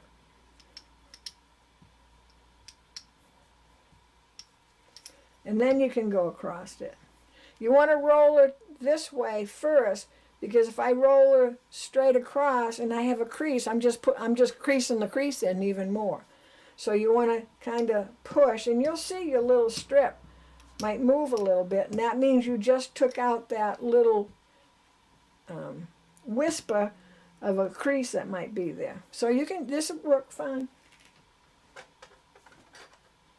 Okay, so now I got to go and see my next one.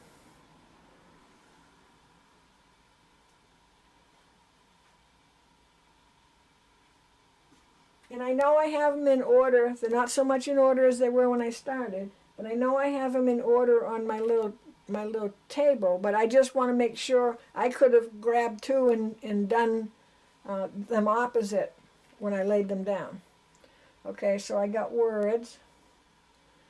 I'm getting threads from everywhere. Oh yeah, I threw my thread aside and it went in my tea. How could that happen? I'm going to have a drink now. Now that I took the thread out. What were the chances if I flicked the thread away? It would go in my tea. Oh, God. I know Rhonda's probably saying, oh, yeah, every chance in the world with you. Edges together. Making my valley. All right, this one I'm going to double check. So I'm going to lay it down, and then I'm just going to hold my finger and go, yeah, everybody's going where they're supposed to. My little ruler. This actually can be quite relaxing because you're just doing the same exact thing over and over and over and over. Let me get in closer to the, there we go. You know what I mean? You just, it's pretty rote. Okay, pin.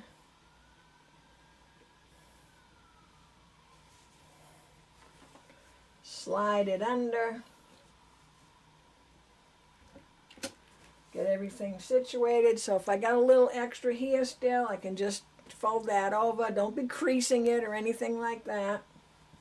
Okay, making sure my area is neat. This is good. Eyeball wherever your using for your seam allowance.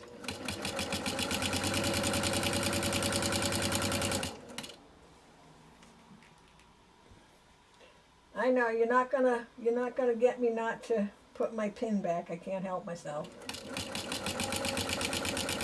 That way no one can yell at me at home here that they stepped on a pin. Because, you know, it wouldn't be me that would step on it, it'd be somebody else.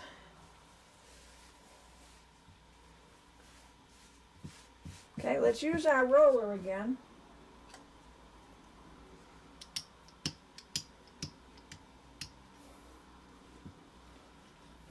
Okay, I ran out of lines. I don't know why I keep putting that pen way over there. I keep reaching in front. You see, you can still tell it's cold out. I got my sweater on. You'll know summer is here when the sweater's on. Though if the air conditioner goes on, the sweater... I'll try to get something different for the summertime.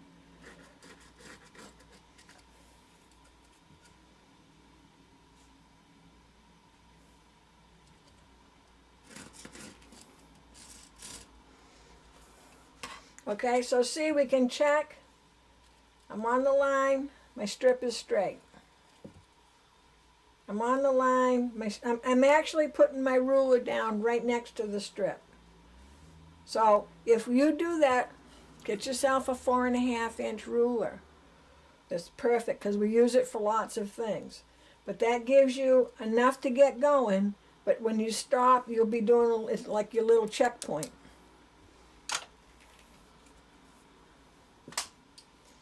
Okay, let me just double check again down the other end. Yep.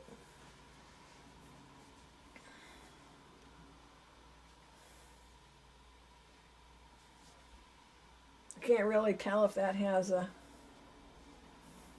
Oh, wrong sides together. Valley. And that valley and mountain crease does make a difference when you're using it to align things. Depending what it is, whether you want the valley or the most time you want the valley. Okay, so I want that. I really want that way.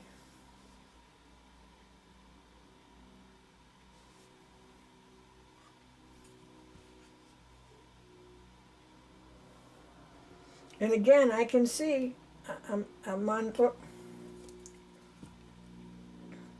That's my 4-inch because here's my little 1/2 inch right there. So I'm lining everybody up. I can see everything is straight. So if you don't have a 4.5-inch ruler, just get the smallest one that you can. And put 4.5-inch ruler on your list for your next occasion. Birthday, because you've been good.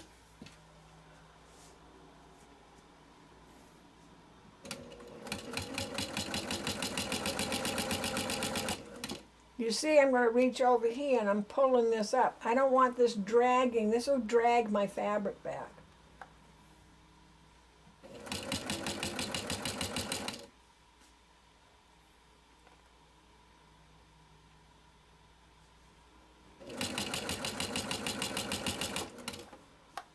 Isn't that funny that I just noticed that I put my thumb at the edge of the fabric? No, I don't want to keep it there.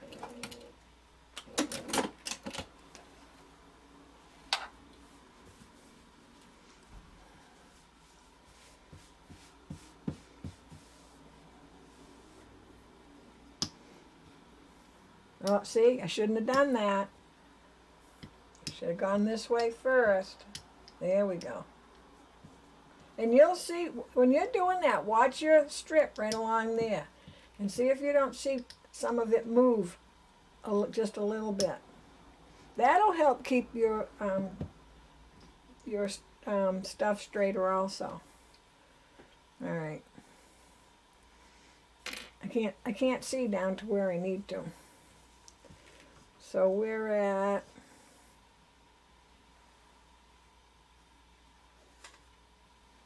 so this one is next. that one. And then that one. Okay, let's see if I can keep that in order. I'm going to roll myself back up again. Well, not myself, but my project.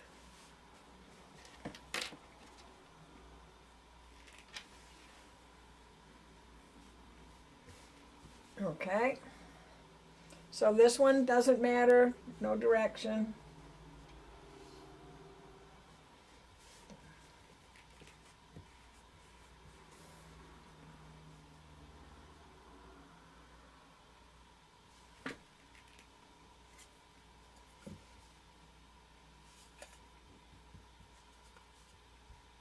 So I wasn't perfectly lined up. I'm not going to pick it up and move it. I'm just going to, if I drag my fingers across it this way, it moves down, or that way moves up. I find that if I keep picking it up to move it, I'll be picking it up all day. Okay?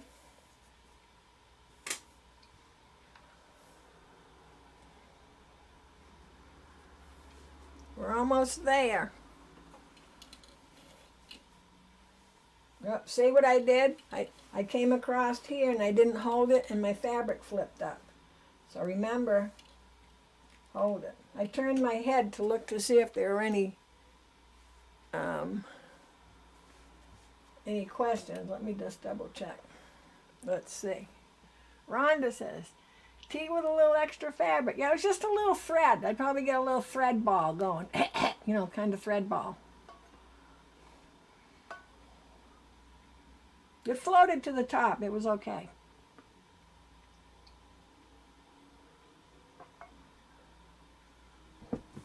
Okay, off we go again.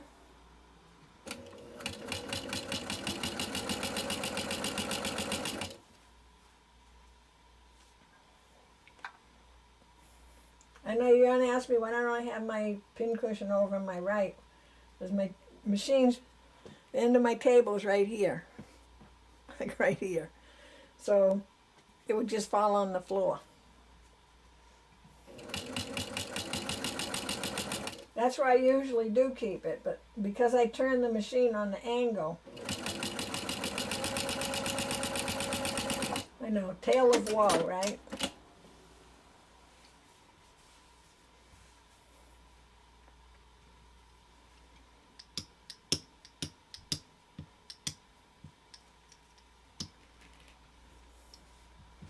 Okay, next is this one. So, if you remember correctly, I had more space left because I got these two on.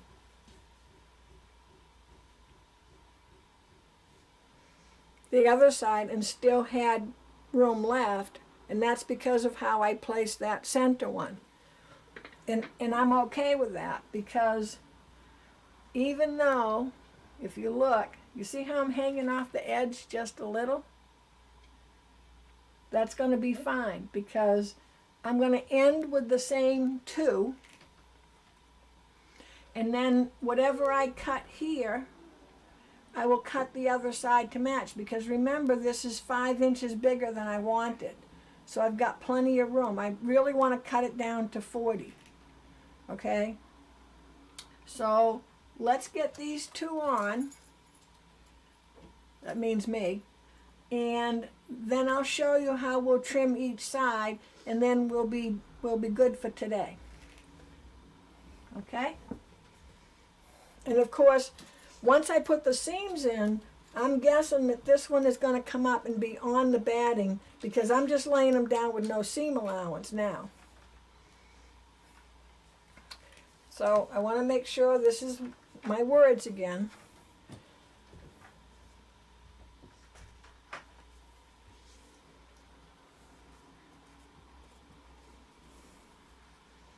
Okay, so I'm going to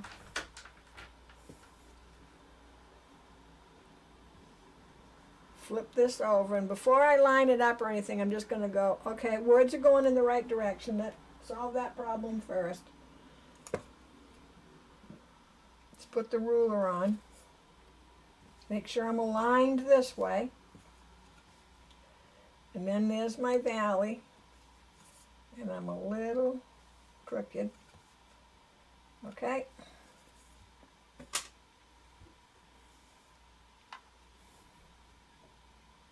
So actually this is gonna work out fine, because with the seam allowance, my last one will be on the batting. So at the other end, I'll probably just have to cut batting off.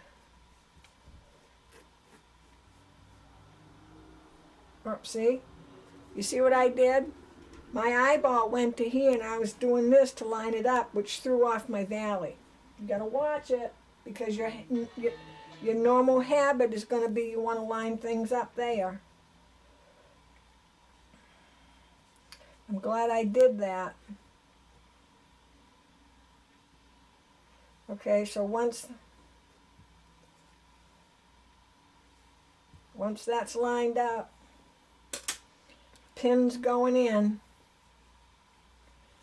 so that I don't try to, do you see how I have a little fabric there? Okay, and that's because when I'm sewing, it's pushing this way. Now, if you have, just a little hint here, if you have a foot that is the same on either side, which most walking feet are, I really want you to learn to stitch from either side, because I would prefer that you come down one time and up the other, and down one time and up the other, because that will keep everything from pushing in one direction. But because we have batting and backing on here, it isn't going to make the whole thing askew. But I would like you to try it out, just so that you, because sometimes you're going to have to learn to sew on the left side. Just because I said so. Okay, nice and smooth here.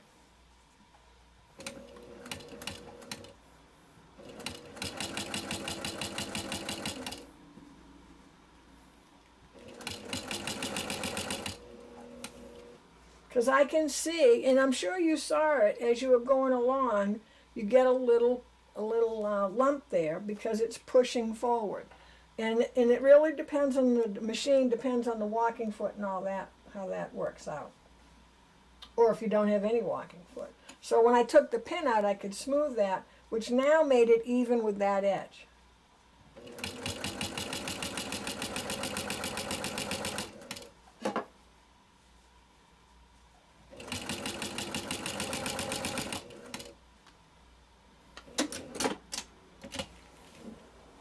Okay, so we just have one more strip.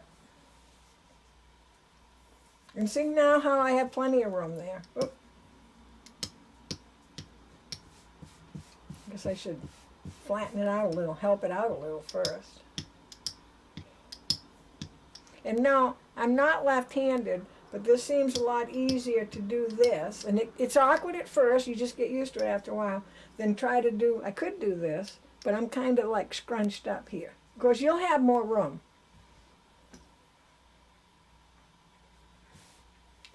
Okay, so remember how I was hanging off? Look, I got room there now. Isn't that funny? Okay, so this is the directional.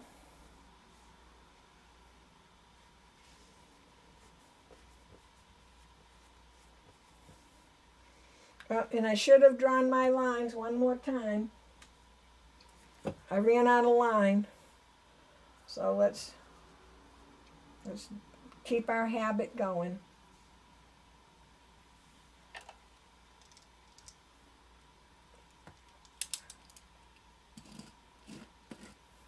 And I can see along here, my strip ends way over under the ruler, but I can see that seam right there is the same the whole way. So I'm still straight.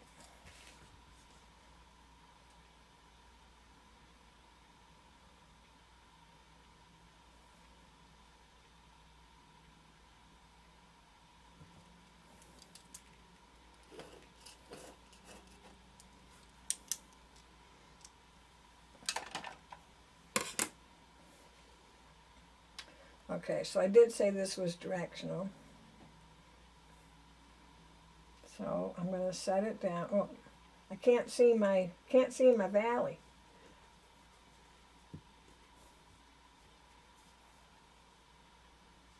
I'm just gonna flip it up. Yep.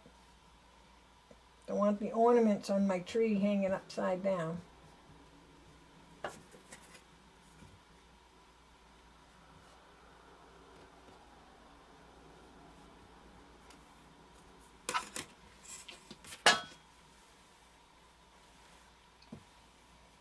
Oh look, I didn't put my pen in. So now you know I don't as a rule use that many pens. Caught me, you caught me.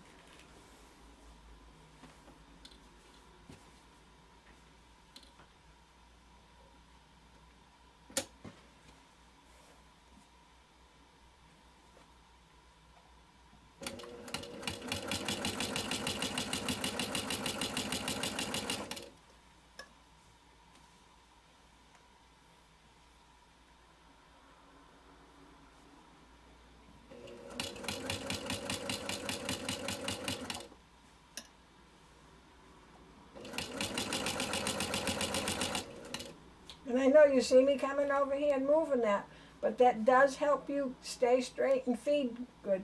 You know, you don't want to be this way and you're trying to be straight. So take the time to just move things so they're nice and straight. Okay. So there we are. And because I'm going to be trimming, I am going to take the iron to it.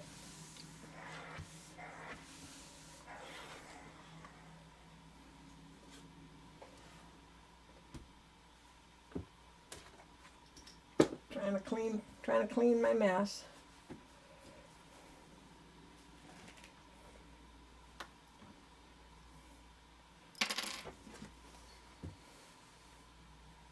We're not trimming anything here now, so don't get all excited that that's what you're going to be doing. We have more to this runner.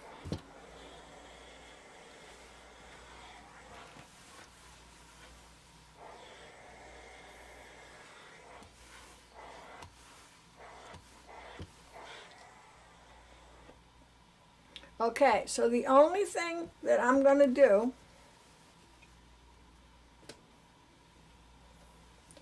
is now, here's each end. So I ended with the same one. I want to make sure first of all that I did that. And the only thing I'm going to do for now is I'm going to trim. I'm going to leave a half inch. I'm thinking. No, you know what I'm going to do? We're going to stitch along here about 1/8 of an inch and hold this down. About 1/8 of an inch from the edge. So I want to make sure, I really want to make sure I've ironed that down well.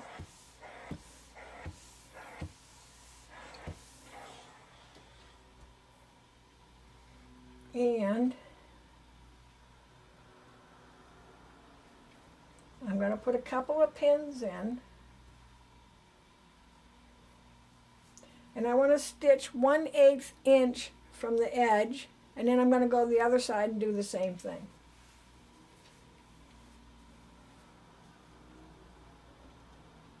We want the stitching so that when we put the binding on, you're not going to see that stitching. So about 1/8 of an inch from the edge. Don't go so close to the edge that you ravel the fabric.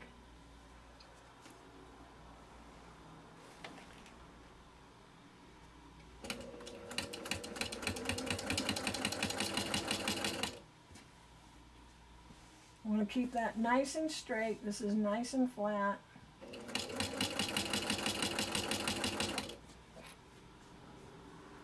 Guess I could have moved that 20 minutes ago.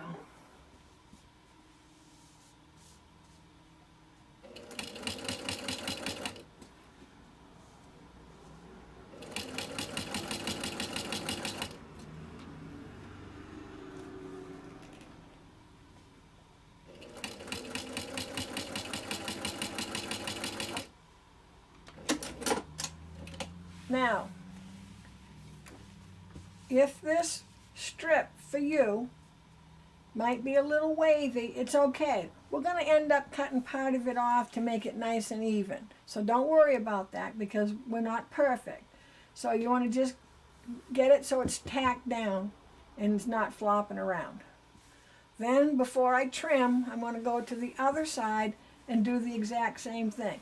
If I'm doing something to one side, each step I do to one side, I'm going to stop and do that same step to the other side. I know it might be easier to stitch and trim all at one time on one side, but one of the reasons I do it, number one, is so I don't forget. And number two, I do it because while I'm sewing, it might dawn on me to do something a little different before I've gone ahead and cut something off and can't do anything about it.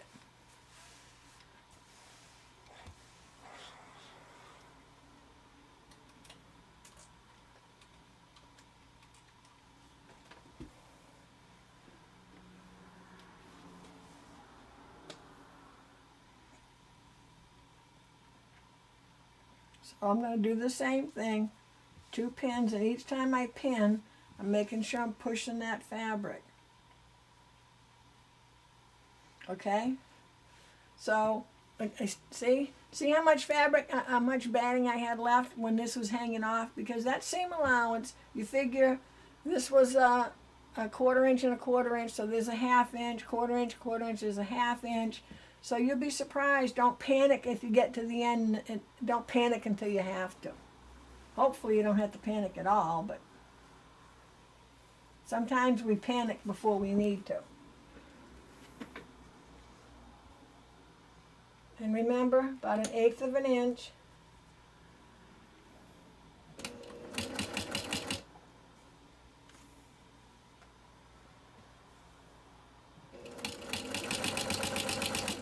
And you see I'm holding this up here because I'm trying to keep a nice level playing field here.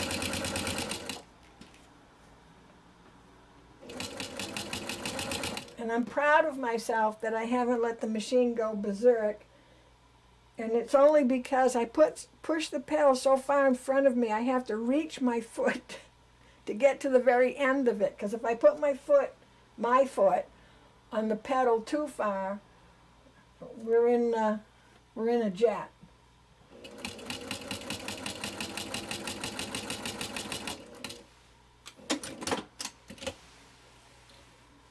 Okay? So here's my 2 ends. This guy's got more batting, I don't care. This guy's got enough and that's fine. So what I'm going to do for now, because we don't want to commit to too much too soon, is I'm going to cut like a 1/2 inch from the edge of my strip.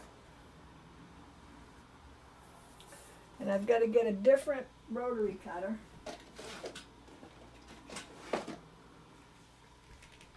And I just want you guys to know, an inch I said. Did I say an inch? Yeah, that's good. Yeah, let's go, no, let's do a 1/2 inch.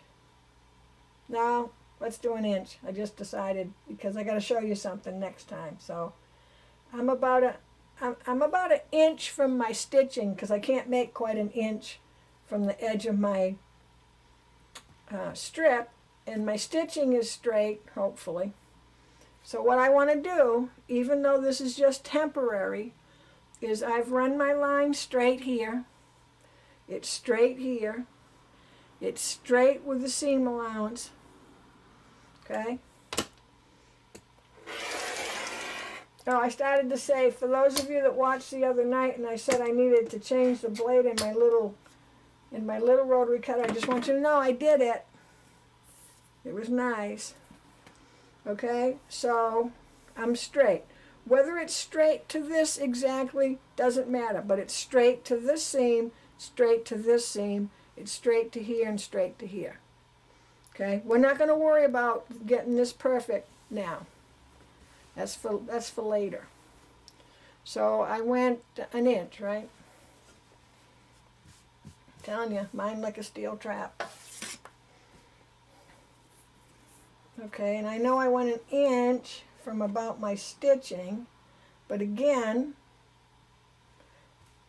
I'm going to lay my ruler down, and I'm going to look. It's straight here, it's straight here, it's straight here. Now I can't always be on a seam when I need to get a certain distance here, but how far I'm from the seam is the same on my heavy line. Okay?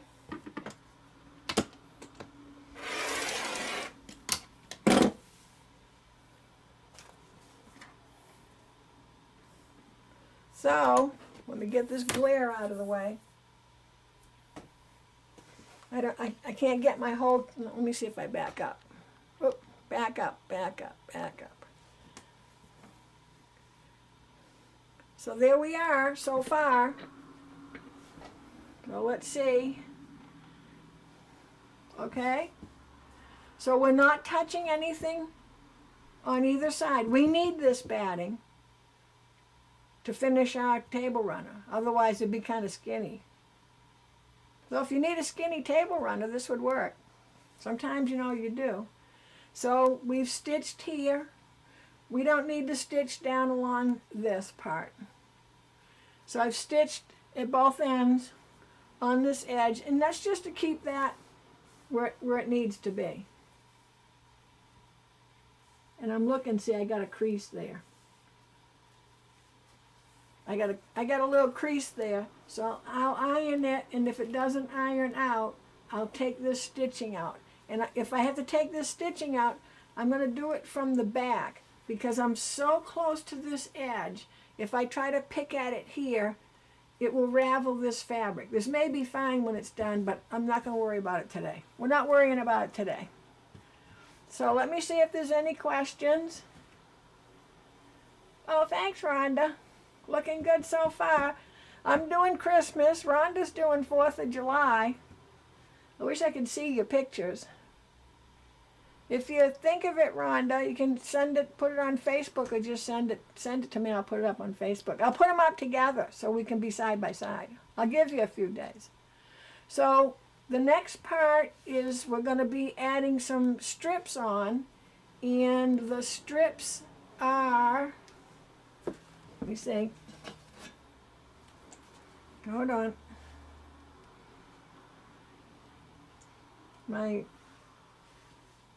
Okay, so this was 8 inches. Then we're going to have a strip on either side, the same color, that's cut 1.5 width of fabric, and width of fabric, WOF, always means salvage to salvage. Or if you have, like I'm going to use from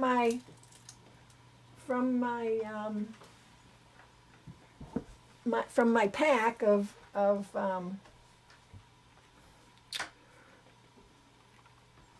2.5 inch strips. I couldn't think what it was. I was doing 2 things at once. So these are 2.5 because they're from a jelly roll or a 2.5 inch strip pack. I'm going to cut them down to, what did I just say? 1.5. And then you want to have 2 strips, the same again, that are going to be the 2.5. I think I have 2 of those. I set them all aside somewhere, so I wouldn't cut in them. I need the one with the deer. Well, I'll use this one. Oop, I'll use this one. I'll use this for now. That isn't going to work. Yeah, I'll just grab this one. It won't match, but you'll get the general idea.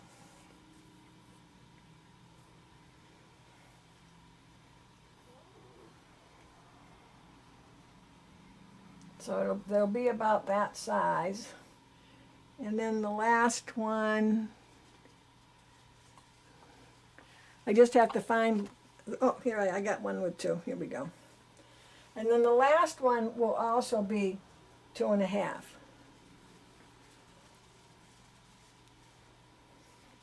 So I just got to find, I know I don't have 2 white. Oh, I do. Hold on, I can give you the real visual. So it's down at the bottom of the pack.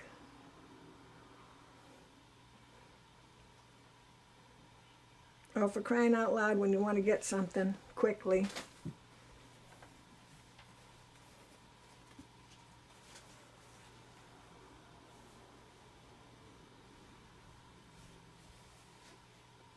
So that's about how we're going to be looking. Isn't that cute? So this is next week. So inside, cut 2.5 width of fabric. I'm sorry, 1.5 width of fabric, salvage to salvage.